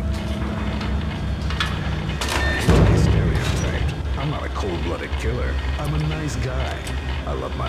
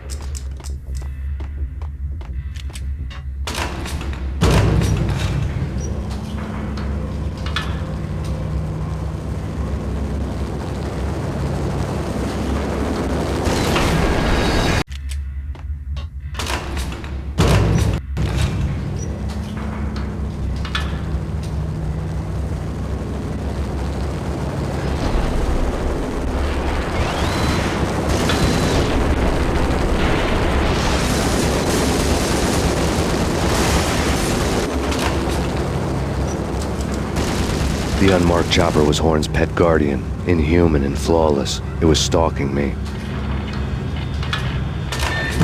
Stereotyped. I'm not a cold-blooded killer. I'm a nice guy.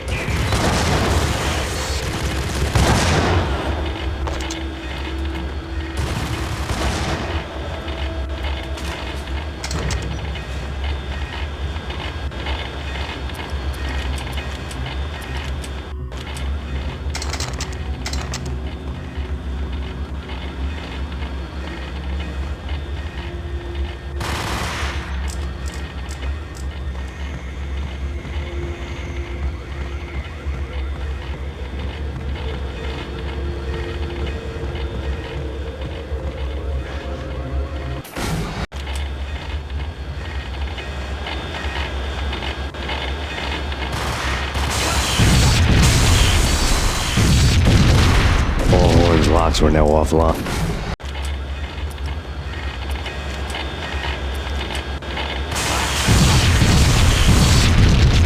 All Horn's locks were now offline. All bets were off. The elevator would take me all the way up.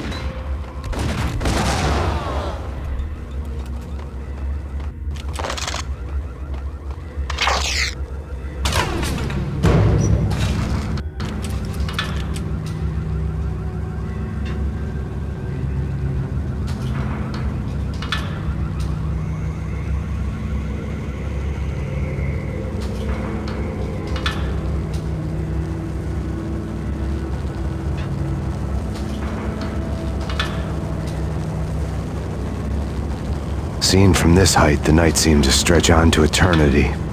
A hint of desperation had crept into the snowstorm, as if it was trying to get it all out before the end.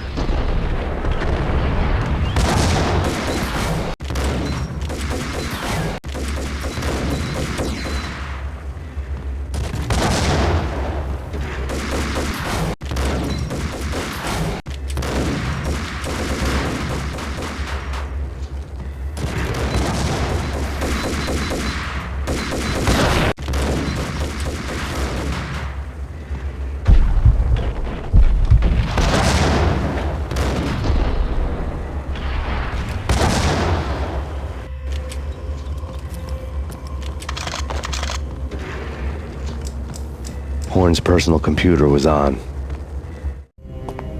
Next to the printer was a neat stack of expensive paper.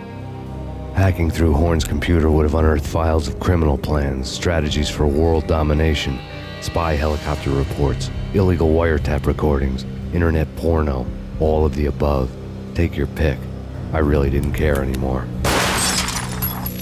I had seen too much of it already.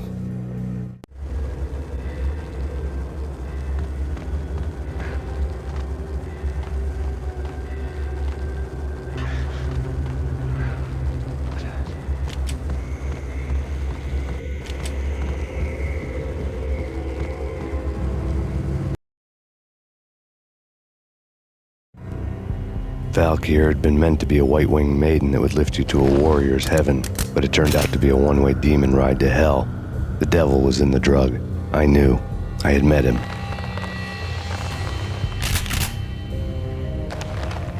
And now I was gonna kill her, the queen of the underworld who had tried to lift herself a bit closer to heaven with her drug money. No begging, no bribes. She knew better. Honor among killers. We who were about to die. Both of us knew how this would end, in pain and suffering. All this because your wife stuck her nose into things that were none of her business.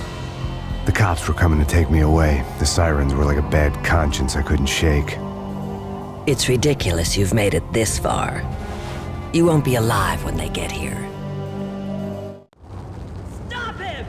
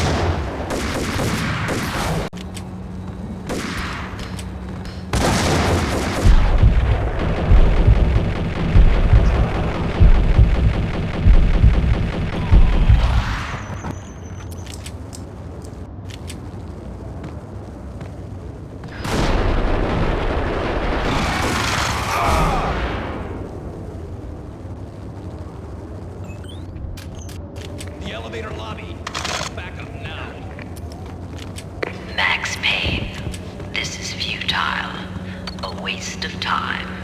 The deaths of your wife and daughter were necessary. Inevitable. It is done. You cannot bring them back. Nothing you do will make it any better.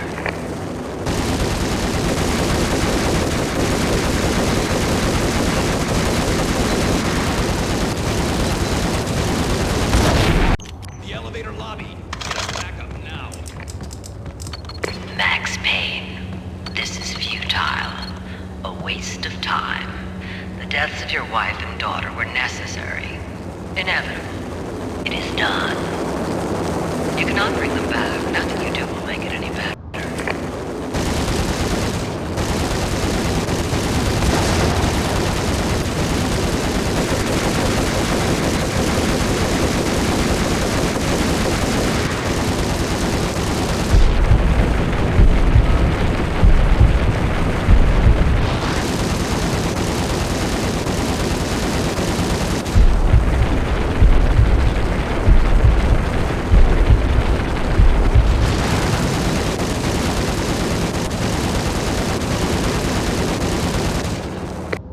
Max Payne, you are fighting a losing battle. You cannot survive this. You will die. Max Payne, you are fighting a losing battle. You cannot survive this. You will die. Stop fighting. Make it easy for yourself. Max Payne, you are fighting a losing battle. You cannot survive this. You will die. Stop fighting. Make it easy for yourself. Accept your fate. You will die here.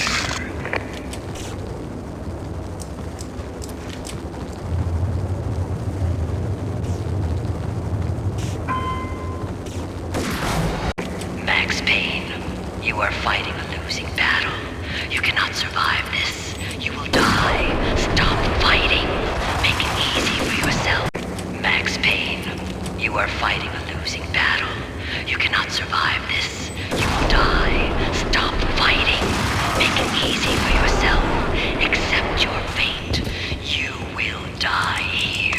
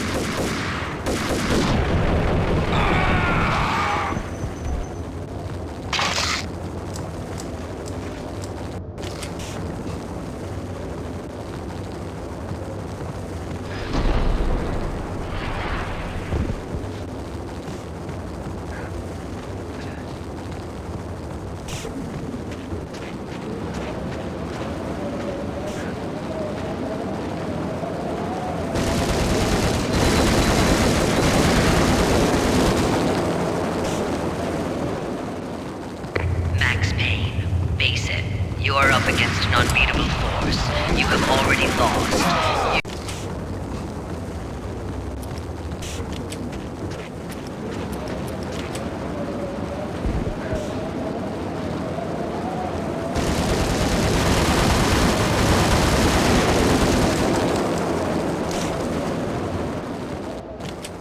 Max Payne, face it. You are up against an unbeatable force. You have already lost.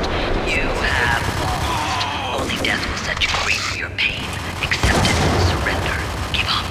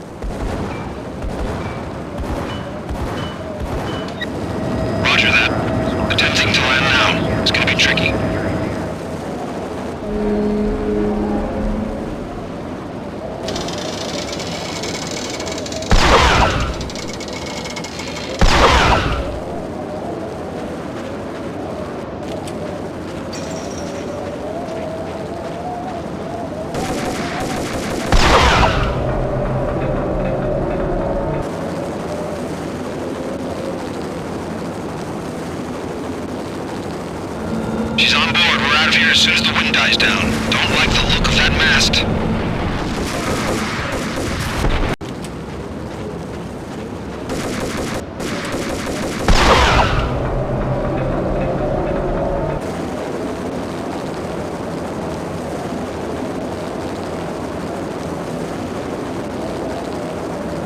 She's on board. We're out of here as soon as the wind dies down. Don't like the look of that mast. Out of here as soon as the wind dies down. Don't like the look of that mast.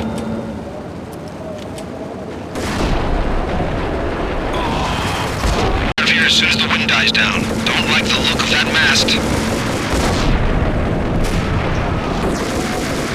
Out of here as soon as the wind dies down. Don't like the look of that mast. Out of here as soon as the wind dies down. Don't like the look of that mast.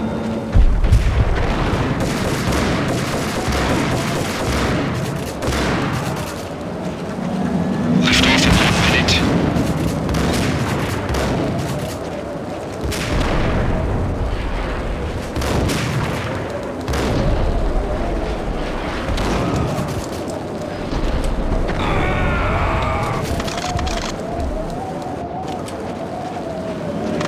Lift off in 45 seconds.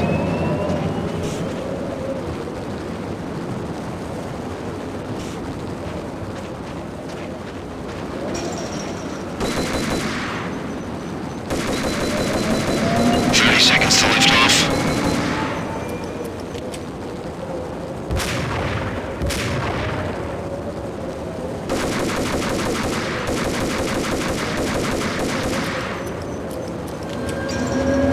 Seconds to lift off. Okay, ready to lift off in 5, 4, 3, 2, 1.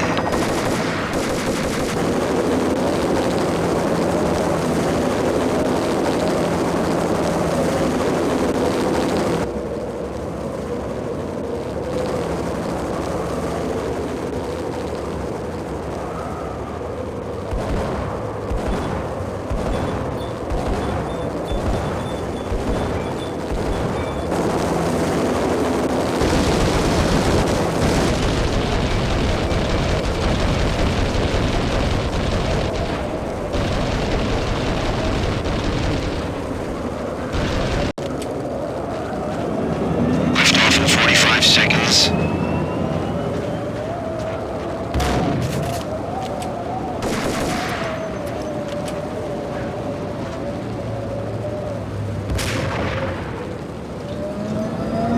Seconds to lift off.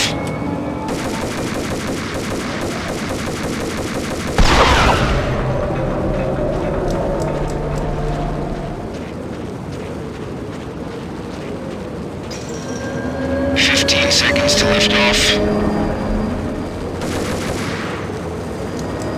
Okay, ready to lift off in 5, 4, 3, 2, 1.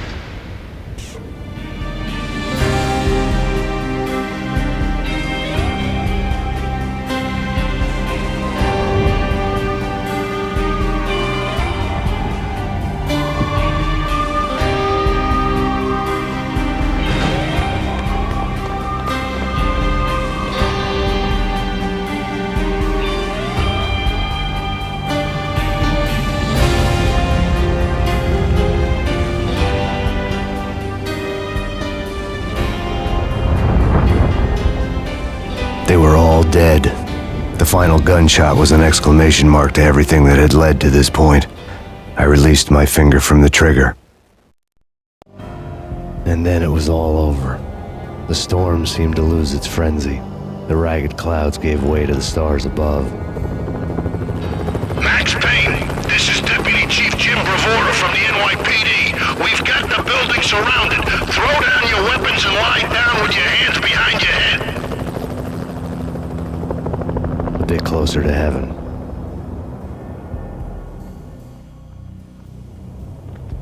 The cops' voices were distant and muted. Freeze! NYPD! Hold it right there!